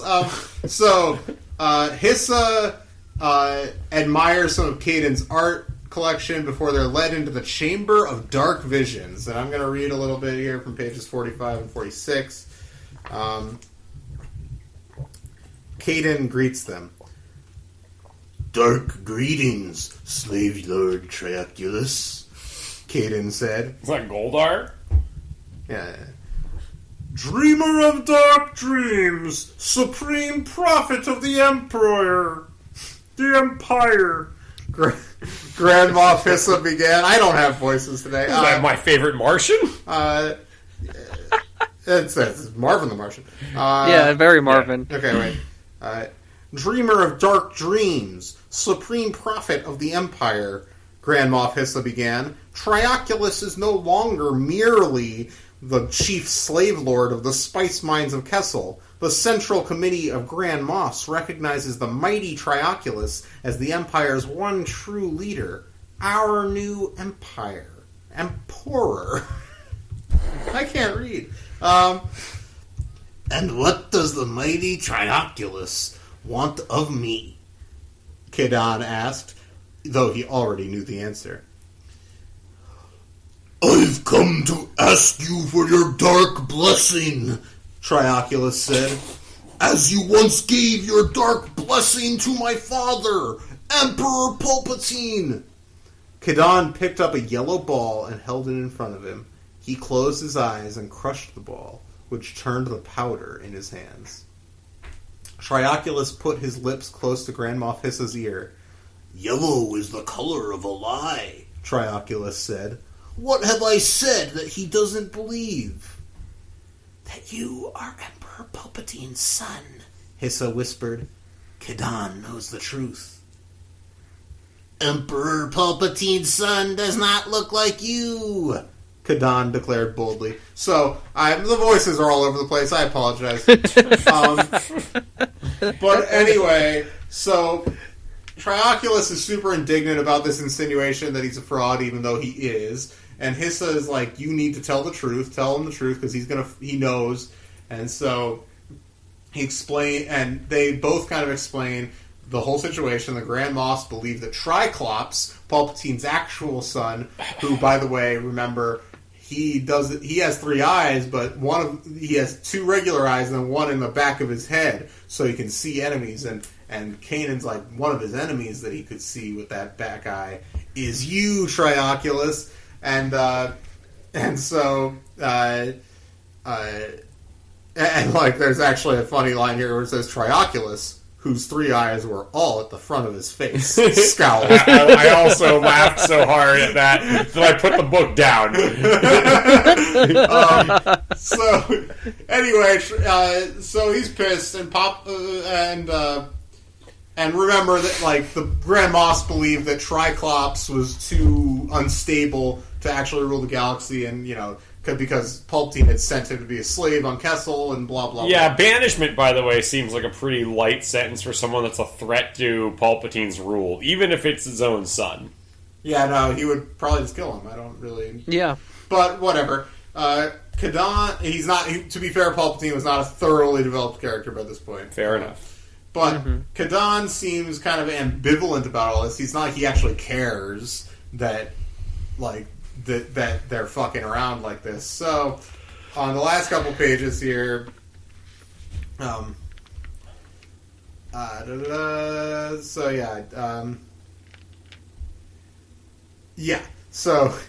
Trioculus says, I have fulfilled your prophecy, Kadan. I'm just abandoning the voices now. Trioculus said in a confident voice, you foretold that the next Emperor would wear the glove of Darth Vader, and as you can see, I wear it. Trioculus held out his right hand, thrusting the glove of Darth Vader towards Kadan. If you have any doubts that this is the glove of Darth Vader, Trioculus said, then see for yourself. Kadan touched the glove, and inspected it closely. I recognize it, he said. So then, you are satisfied that Trioculus has fulfilled your prophecy about the next Imperial ruler, Hissa asked. He has indeed. The man who wears the glove of Darth Vader shall be our Emperor. Kadan then picked up the silver ball and spoke again. But there is another prophecy about the one who wears the glove. Kadan stopped himself in mid-sentence and fell silent. What is it? Trioculus insisted. Kadan squeezed the silver ball of chalk until it crumbled to dust. Silver is the symbol of a Jedi Prince. There is a Jedi Prince from the lost city of the Jedi who can destroy you. Trioculus sneered in disbelief. The lost city of the Jedi is only a legend! Xanatos? Yeah, whatever, man.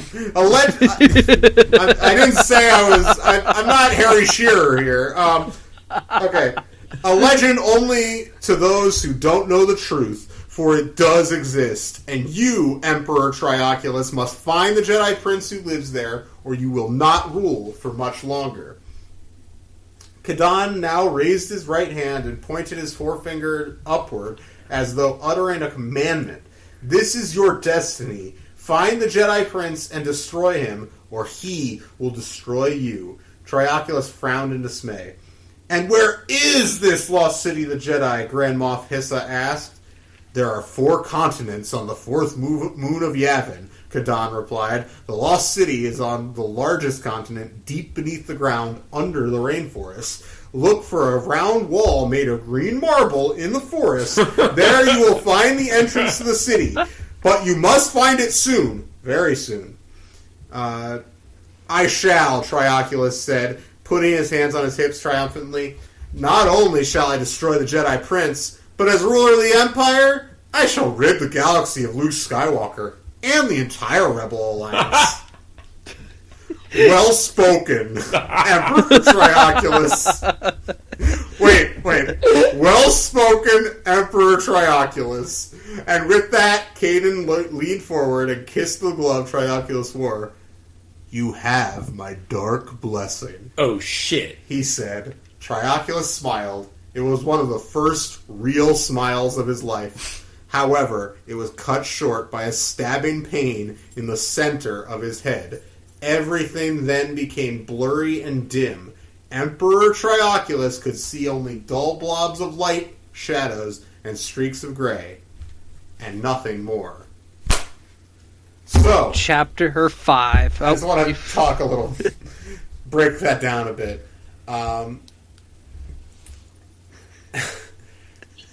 I don't know.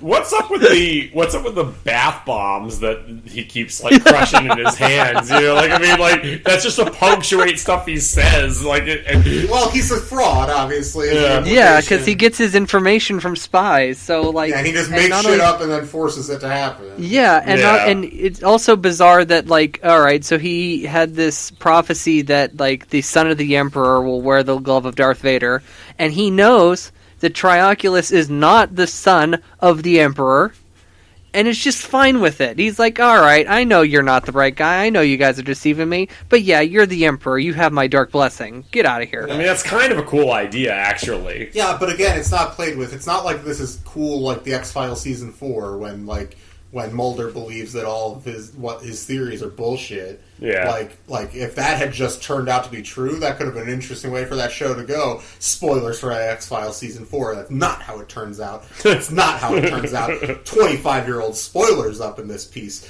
But, it's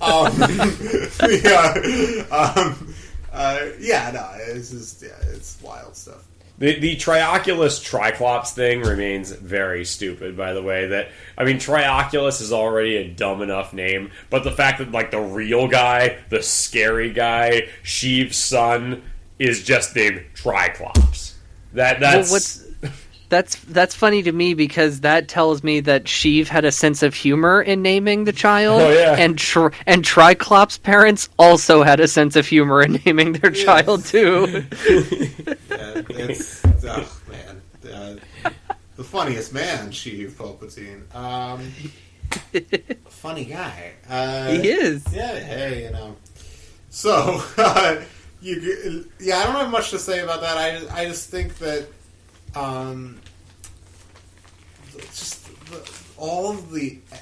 my biggest thing is that, like, the writing.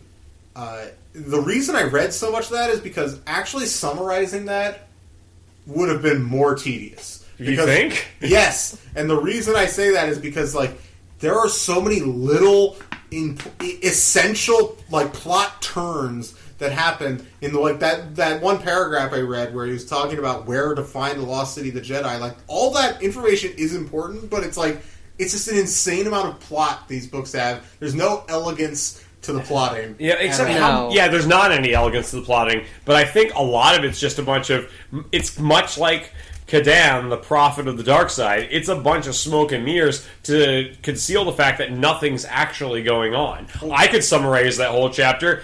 Trioculus goes to see the prophet of the dark side, Kadan, who crushes some bath balls in his hands and tells him where to find the lost city of the Jedi. The end. Obviously, I can summarize it, Dan. I just mean, like, the way we do this, we could summarize all these books in 5 minutes and then move on. Like, that's not what the show is. Well, yeah, no, I understand. I'm not. It should be sometimes. Yeah, sometimes. Yes. I'm not really trying to contradict. It will be next week. I'm not trying to contradict you in saying this. I'm just saying that, like, nothing much is actually happening. There's like all this back and forth in that chapter for no real purpose. Oh, I agree. That's what I'm saying, though. It's like, it's just all this, like, Byzantine plotting for, like, a story that, like, we'll talk about this at the end, but, like, so little happens in this book. Oh, yeah. But anyway, keep going. All right, chapter 5, A Path of Fire. So, Trioculus, he feels this blinding pain. It wears off very quickly, and he goes back to his ship. And then he says to himself, "How can I find the lost city of the Jedi?" he wondered aloud. "Someone on Yavin 4 must know where the lost city is," Grand Moff Hissa said. "The question is who? Perhaps Luke Skywalker Sounds like or Watto, my guy. Might want to chill. Oh boy. Perhaps Luke Skywalker or Spin Nose, replied Trioculus in an icy voice. Yes, Spin, of course, Grand Moff Hissa said, referring to the Senate's Planetary Intelligence Network. We know. His... You know what else Spin knows? What the best Jesus Lizard albums are. Let's go. His eyebrow shot upward, and he suddenly got an idea. I think you should send those rebels an ultimatum, a warning so terrible that they will not be able to ignore it. Alright, so now we jump ahead. We're back on Yavin 4.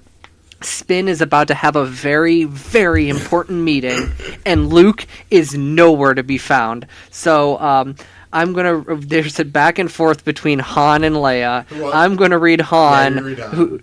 You read Leia. Okay. Alright. Yes. Alright, so start at Han, I'm worried. 53. 53, okay. Sorry. Han, I'm worried about Luke, Leia said. He promised me he was going to show up on time for the Spin meeting today. I'm worried too, Han said. Have you noticed how strange he's been acting lately? Luke has been acting different, Leia agreed. The way he went off on his airspeeder the other day. Yeah, Han agreed. Since when does he take mysterious journeys over to the jungle without any idea of where he's going? He does things like that when he feels the pull of the Force, Princess Leia replied. And now he's obsessed with finding a boy he says is from the lost city of the Jedi? I think he's gone off the deep end, Han said with concern. Luke never used to believe in the lost city of the Jedi. He told me that because Obi-Wan and Yoda never mentioned it. But then it must only be a legend. But suddenly he's convinced that it does exist. All of it. He thinks the Force is going to lead him to it. And so, it's just... then Luke runs into the room, and that's all we're going to read from that. He runs into the room with Spin numbers, like, sorry I'm late, I got an early copy of the new REM album. Had to listen to it. So the meeting starts, and just then there's an alarm, and a big black sphere comes bursting through the ceiling, and it flies around the room. Han, he tries to blast it with no luck. Meanwhile, Trioculus is using it to see everything in the room, and he gets one look at Leia. And he has got something to say. Then Trioculus saw the face of Princess Leia. That face, he said to Grand Moff Hissa. That woman. Princess Leia, Grand Moff commented. A first-degree renegade and troublemaker, said noddingly. Darth Vader blew up her home planet of Alderaan so that he could teach her the importance of cooperating with the Empire, Grand Moff Hissa commented, but she never learned. She has a striking face, said Trioculus. Strong features, but soft. Not at all unattractive, considering that she's a Rebel Alliance woman with only 2 eyes. It's established that Trioculus is a mutant in the first book. So, like, yeah, I know. How many, like, 3-eyed women is he encountering? I want to pose a theory here about Paul Davids, a.k.a. Professor Hackard Drive. Yes. Mm-hmm. Now, we know what he's been doing lately. Great parody music. Great novelty music. He obviously fancies himself something of a funny guy. Yeah. Mm-hmm. I think a lot he thinks he's very silly. I think there is some of this. Oh, yes. That is attempting to be intentionally funny and is maybe funny, but because it thinks it's funny, you know what I mean? It has a bit of a whiff of Dan, you know what I'm talking about. The Frank Miller's All-Star Batman and Robin, the boy. I wish it were that good. Which, by the way, well, obviously Frank Miller he's actually like a talented writer. But the idea is that book started off and everybody assumed it was this self-parody. This ridiculous thing. It's the thing with the goddamn Batman, if you've heard of that. That's what that's from. But by the end of that book, it's a flat-out, very open comedy. Like, there's an issue where Batman meets Green Lantern, he paints an entire room and himself and Robin yellow. And offers, which is, again, Green Lantern's weakness is the color yellow. Great, for all you Green Lantern fans out there. And he, I don't understand you, is what I'm saying. And he offers Green Lantern a cup of lemonade, which is just a great joke. That's so funny. It's an incredible joke. So, my point being that will we see a similar progression here from the Glove of Darth Vader all the way to Prophets of the Dark Side, that by that point it's just open farce. And we see the true comic genius of Paul Davids, a.k.a. Professor Hack Hardtop. We can hope. I am not being that optimistic, but we will find out. I know Paul Davids is not, he's not Frank Miller, but he didn't write Dark Knight Returns. But he has written 6 Star Wars books, which is more than us. Yeah. So sure. All right. So after Trioculus expresses his willingness to want to fa Leia, where am I in my notes? Okay, so he demands Trioculus, he sends his voice into the room with the spin meeting, and he demands that someone tell him where the lost city of the Jedi is, or else this thing is going to explode in 20 seconds. Luke is all like, well, screw that, and he uses the Force to grab the sphere, and then he slices it in half with his lightsaber. Pissed, Trioculus, he's like, oh, all right, time to proceed to plan number 2, in which this plan is to scorch the planet with TNT. No, not the explosive or the Turner Network Turner Network Television. TNT stands for Treaded Neutron Torch. And I have a note here. They do know drama, though, and this is pretty dramatic. This is pretty drama. So Trioculus decides he wants to watch the world burn, and he is going to set fire to the jungles on Yavin 4 until he finds the entrance to the lost city of the Jedi. He steps outside for a moment, and there's suddenly that blinding pain in his head is back, but this time he's completely blind in all 3 eyes. So he goes back into his ship, and EMD checks him out and is all like, I don't know what's wrong. And Trioculus, he's like, I'll dismantle you, figure this out. And Hissa walks in, he goes, yo, we found this Hodin guy. Those Hodins are known for being exceptional healers and exceptional rhymers. And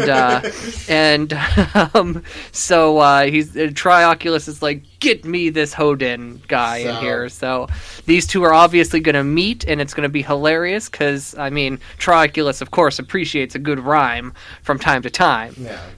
Who do you think his top 5 dead or alive are? You think he's a Nas partisan? Do you think he's turned his back on Jay-Z after the NFL thing? He seems like somebody who wouldn't like Kanye. Okay. Kanye might be a little much for him. I don't know. Well, yeah. Kanye's not in that conversation. We're talking about rhyming. Oh, well, okay. Well, I don't know hip hop. Obviously, your brother doesn't either. You're the only one having this conversation. My brother knows. So. Casting aspersions. Anyway. All right, chapter 6. Okay. Let's wrap this up. So, chapter 6 is a healer's secret, and we move back to Ken for a little bit here. Ken, remember, is back downstairs in the lost city of the Jedi, and he gives the droids the slip again and goes top world to find his computer notebook, which, remember, he dropped earlier when he was up there.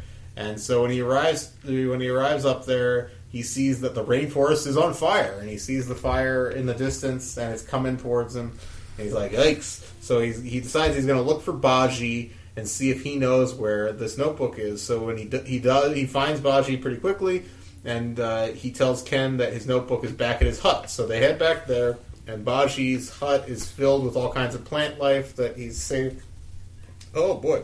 And after he gives Ken his notebook back, he laments that the fire will destroy all of this work, all of this collection that he amassed over the years, and he's going to be heading back to his home planet soon, since the Empire is here destroying Yavin 4. What a great sadness. And so Ken commiserates with him for a bit, but he heads back to return underground. But just as he's leaving, 3 stormtroopers come to capture Baji, and Ken knows, and so they're grabbing Baji, but Ken knows he can't really do anything, so he hides. And Baji is taken back to Trioculus, who orders him to heal that blindness. And I'm going to read a little bit here on page 67. All right. Mostly because I like these rhymes, man. Oh my god. So we got to do this. So, anyway, he's demanding that he do this, and Baji tells him, he's like, do you actually heal people? And Baji says, for the sick and weak do I care, be they powerful or meek, old or fair. At least that has an internal structure. Yeah, that's not bad. Okay. Relatively speaking. And Trioculus is like, they tell me you're Hodin, my eyes can't see you though, like, I order you to heal me. And so Hiss is like, this is the most powerful Jedi, blah, blah, blah. Not Jedi, patient, Anyway, so, and he notices the glove of Darth Vader on Trioculus' hand, and he's like, there's something up here. Maybe there's something there. And he starts examining it, and he's like, I asked you to examine my eyes, Hodin, not the glove of Darth Vader, Trioculus said. Now heal me, understand? And Baji replies, the glove you wear brings blindness and gloom. Remove it now, for it seals your doom. And, this glove has doomed many men, Hodin, Trioculus said. What a fucking idiot. Yeah, Trioculus said. It's not a riddle. Yeah, men who have angered me, but it will never doom me. He's also not giving props to the true Darth Vader, who actually doomed way more people than Trioculus. Yes. Baji replies, since Darth Vader's glove you now do wear, blind you are, and next goes your hair. Take off the glove, or there is no doubt your teeth and nails shall all fall out. Your hands will rot, your face will welt, loud you shall scream, as in terror you melt. Bars. Anyway, at this point, he, and MD, the droid, is like, actually, it makes sense to remove the glove. It is obviously the devices I inserted into the glove's fingertips so you could send out deadly sound waves might possibly be the cause of your side effects. So, eventually he's kind of reluctantly does this, and he's like, I'm going to remove the glove of Darth Vader. He hands it over, and it's like his hand is all like fucked up, red and blistered and withered, it says. And so he immediately starts to feel better, though. So obviously the darkness of this glove is part of what's caused this. And so Baji reaches into his pocket and he's like, okay, well, here's something that can help with your eyesight, because it doesn't fully heal him to remove the glove.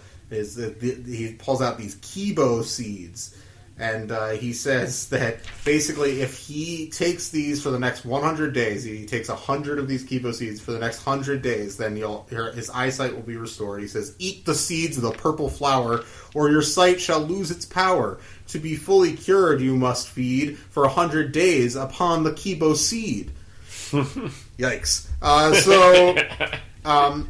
And then he's like, okay, cool, this medicine's impressive, it seems like it's going to work. Where do I get these? And Baji's like, kibo flowers, so very rare, will soon be found nowhere. For the flames that you have spread, soon shall make all Kibo plants dead.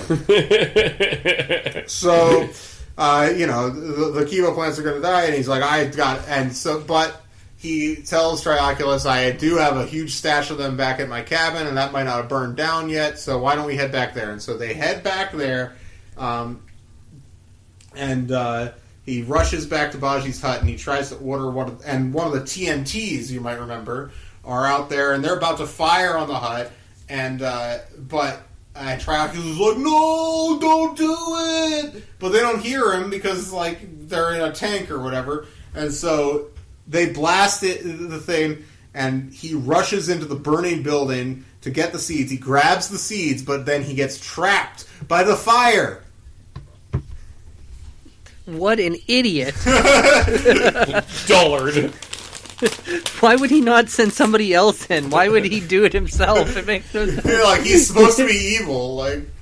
Yeah. Like, Actually, I'm wondering about that. Like they gave him the blindness in his 3 eyes, and and that's clearing up. The question is not whether or not Kylo Ren is going to be redeemed, but whether Trioculus is going to find redemption at the end of this that series. doesn't happen. This series is bullshit. Yeah. I mean, I do mean that with Kylo. I'm not making fun of that position, because that is my position.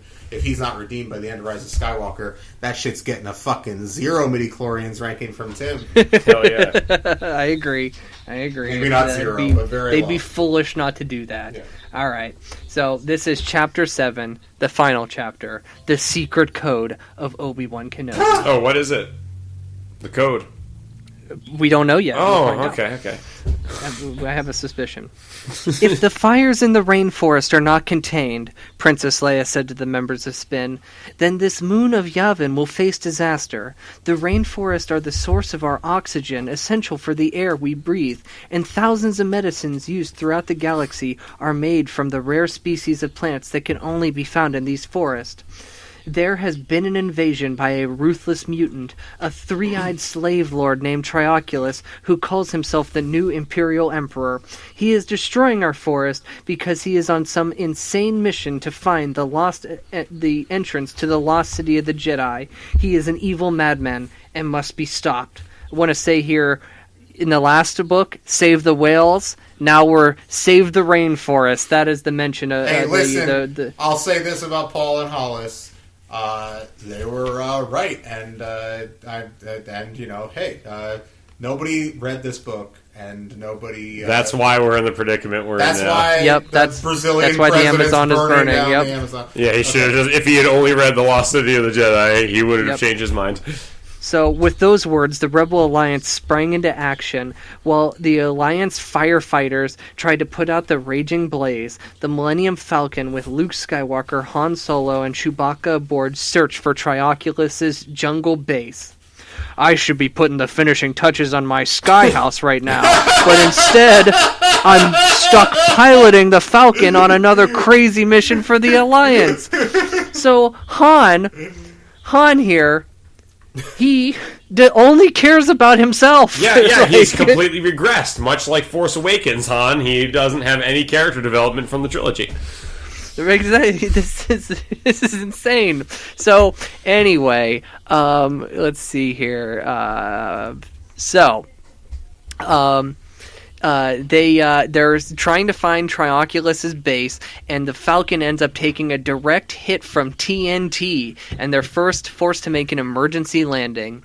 They step outside. Han is pissed because the Falcon needs so much repair. He is never going to get to finish his dream house now. Skyhouse. So Luke, His dream sky house. Dream sky house. I just want to remind you, if you don't remember, it was a new idea he had.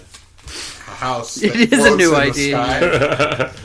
There's a I don't know if you've ever seen it. Have you ever seen David Blaine performing magic for Harrison Ford in his kitchen? Yes, I've seen that. No. All Okay. those Blaine specials are so funny. Well, check that out, Dan, because it ends with Harrison Ford looking at David Blaine dead in the eyes and saying, "Get the fuck out of my house." Oh my god! So Mel and I all week have been saying to each other, "Get out of my sky house."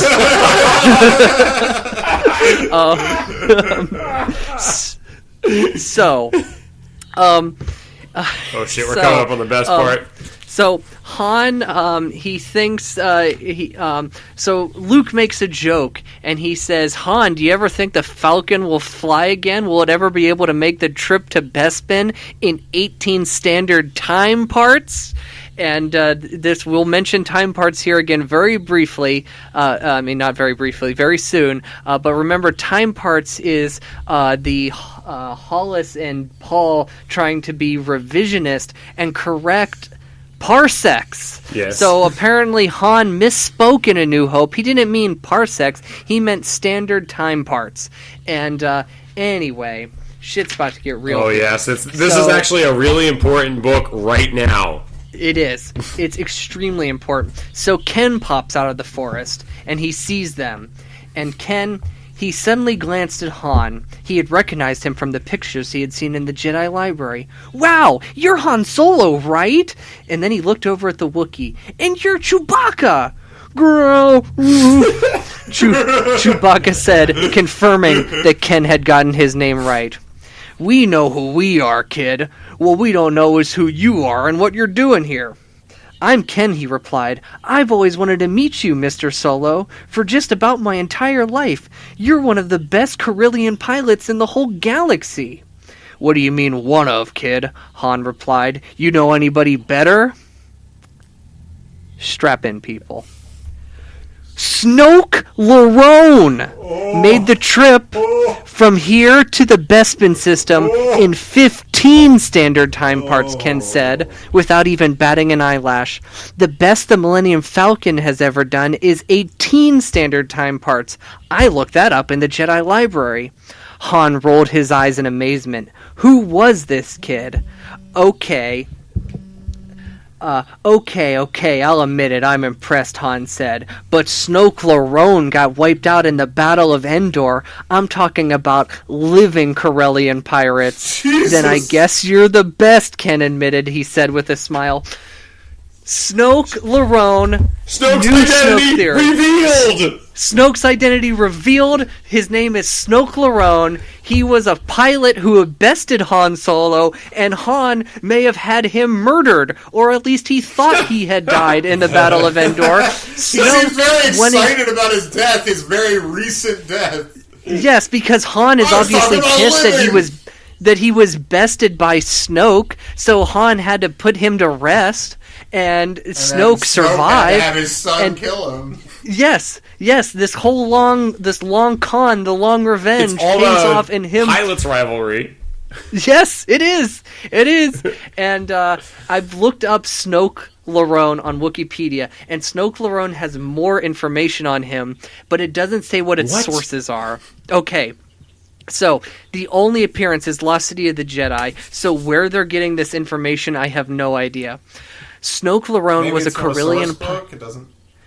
It doesn't say. The only source material is this book. So, he was a Corellian pilot who fought with the Rebel Alliance. He participated in the Battle of Endor, where he and Arvel Krynid made an attack on the Super Star Destroyer, the Executioner. He was killed when his X-Wing was destroyed by a turbo laser, and Krynid's A-Wing was sent spinning out of control. His death was not in vain when Krynid was able to pilot his damaged fighter into the bridge of the Executioner, destroying it.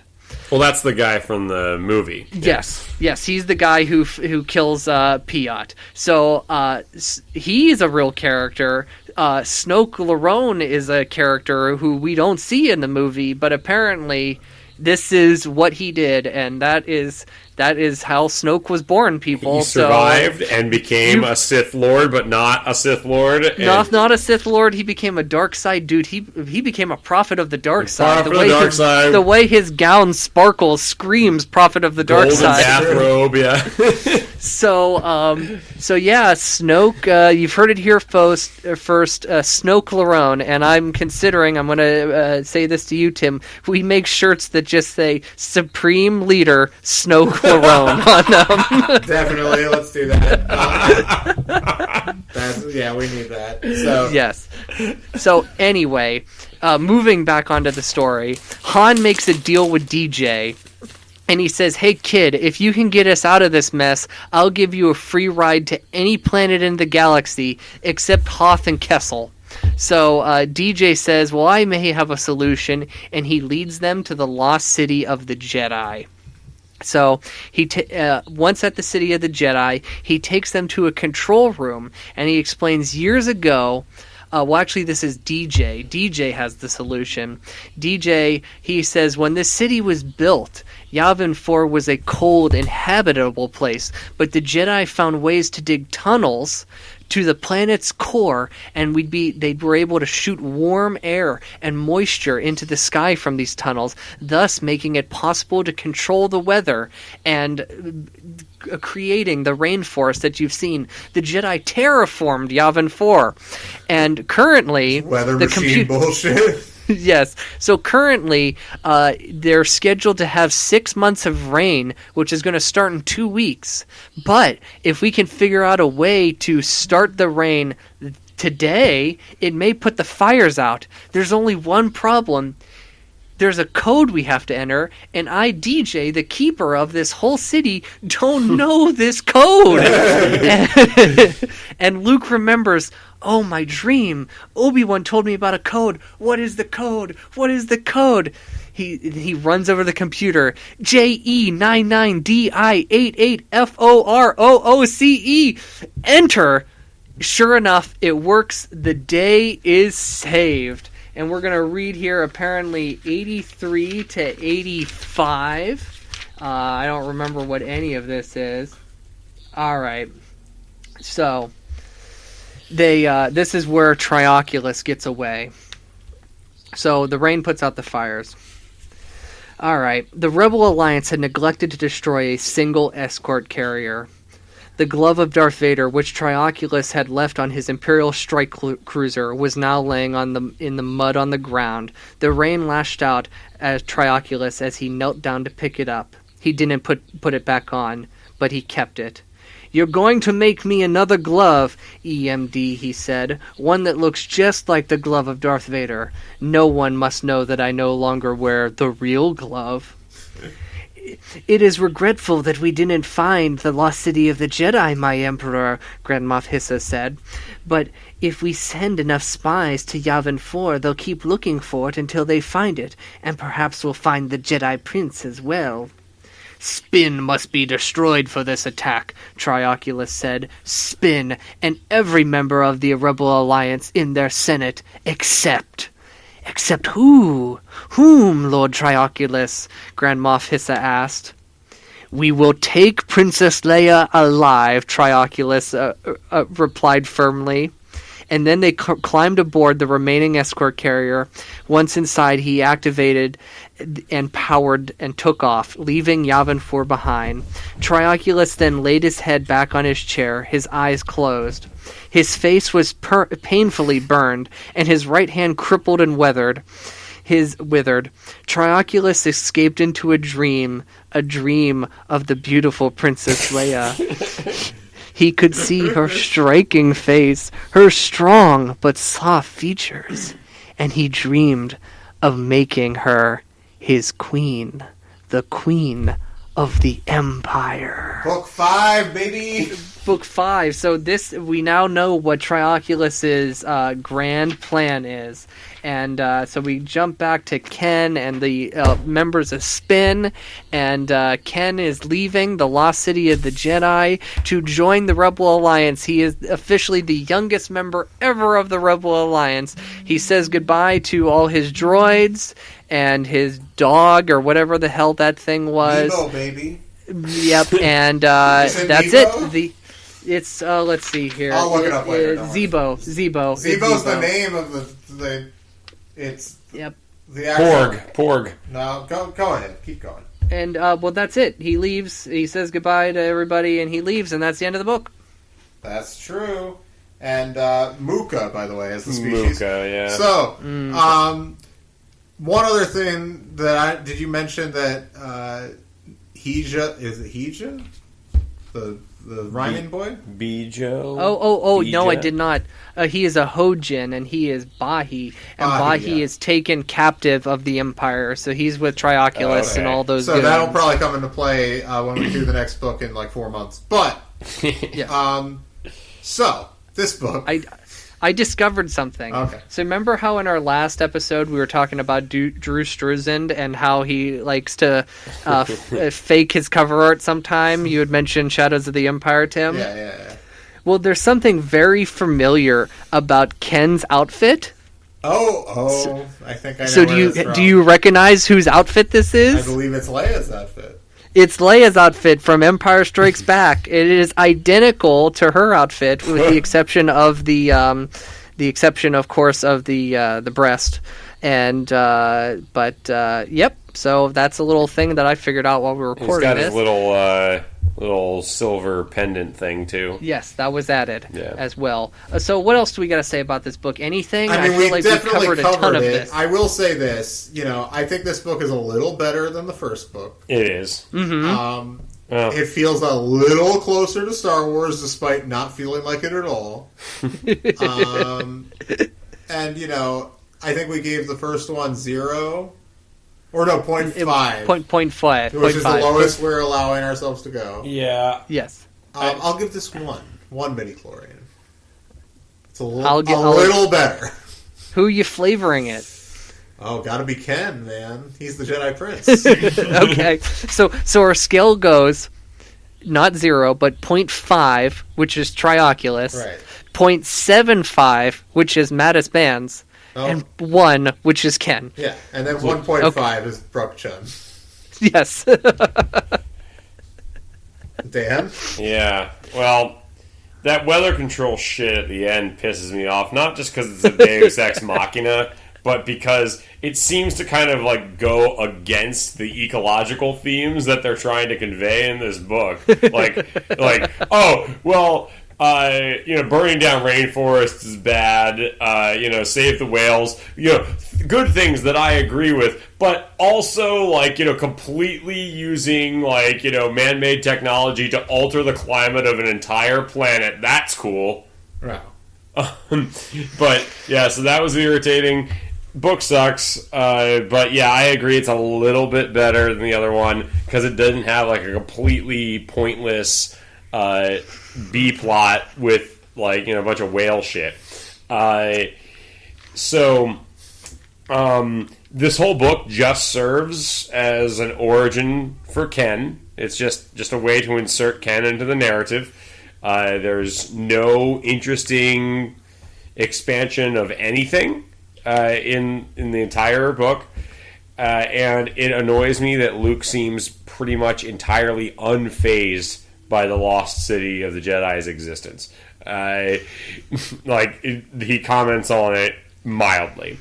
So, because it is better than the last one, which we all gave 0.5 if I recall correctly, I will also give this one a 1. And if I understand your system correctly, I can use any character from the book for the flavor. You can use any character you can anybody period from all of Star Wars. Okay, so I'm going to use a character from the book. Can I explicitly flavor this one horny Trioculus? Yes. Yes. All right. Yes, indeed. Horny Trioculus. All right. He's got whatever. All right, I'm gonna give my rating here, but I did discover something on page 54. You see this illustration of Spin? Yes. Yeah. Who is this dude? You got the dude from Return of the Jedi over here. I don't know his name. Wait, where? You see him? What's his Crix name? Medine? Yes.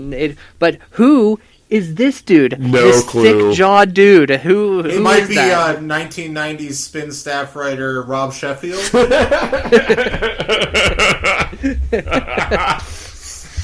All right, I agree with everything said about this book. I'm going to give it a 0.85.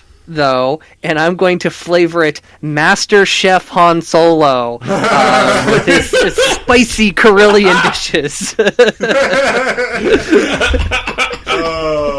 All right. Well. All right. Next time we'll cover one of these books. So it's probably not till January or February.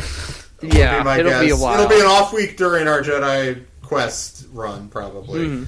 But let's just quickly before we wrap up, I just want to turn our attention to next week. We'll be covering a book called Star Wars Myths and Fables. A brand new book from this year, brand folks. New, came out in August. And we're going to be covering it a little bit differently. If you're reading along, feel free to read, but we're not going to summarize the entire book because it's a book of short stories. So each of us is going to select a few stories that we like a lot, and we're going to talk about those. And we're just going to talk about the book in a general way, kind of like we do with Master and Apprentice a couple weeks ago. Right. Something about selecting the stories. I say we do not confer which stories we pick until we find out the episode. So we could either talk about only 3 stories if we pick out the same 3, or max we can talk about 6 stories.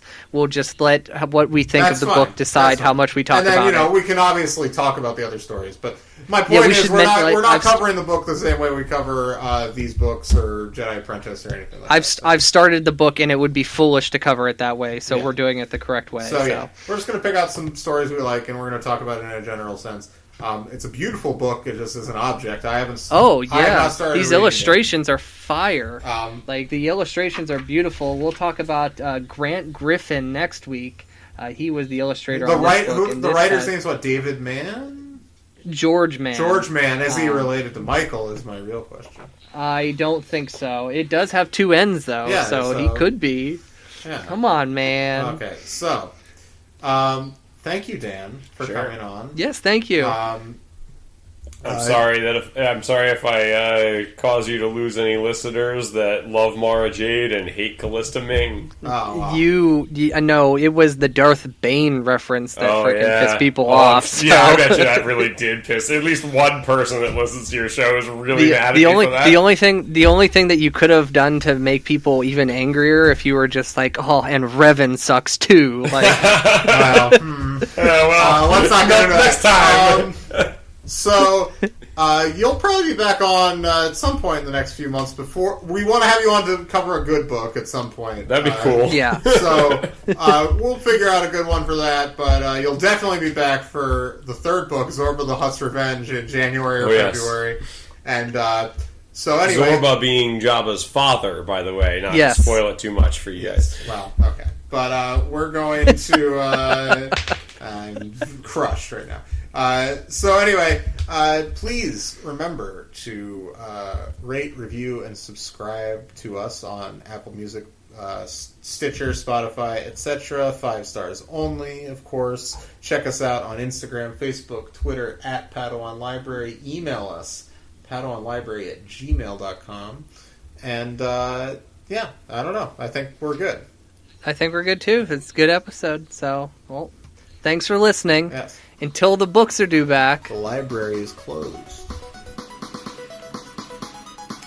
Padawan Library is hosted and produced by Tim May and Levi Peretic. It is edited by Tim May. Our theme song is by the Astral Project. Our artwork is by Freddie Funbuns. Padawan Library is copyright 2019 by Tim May and Levi Peretic. All rights reserved.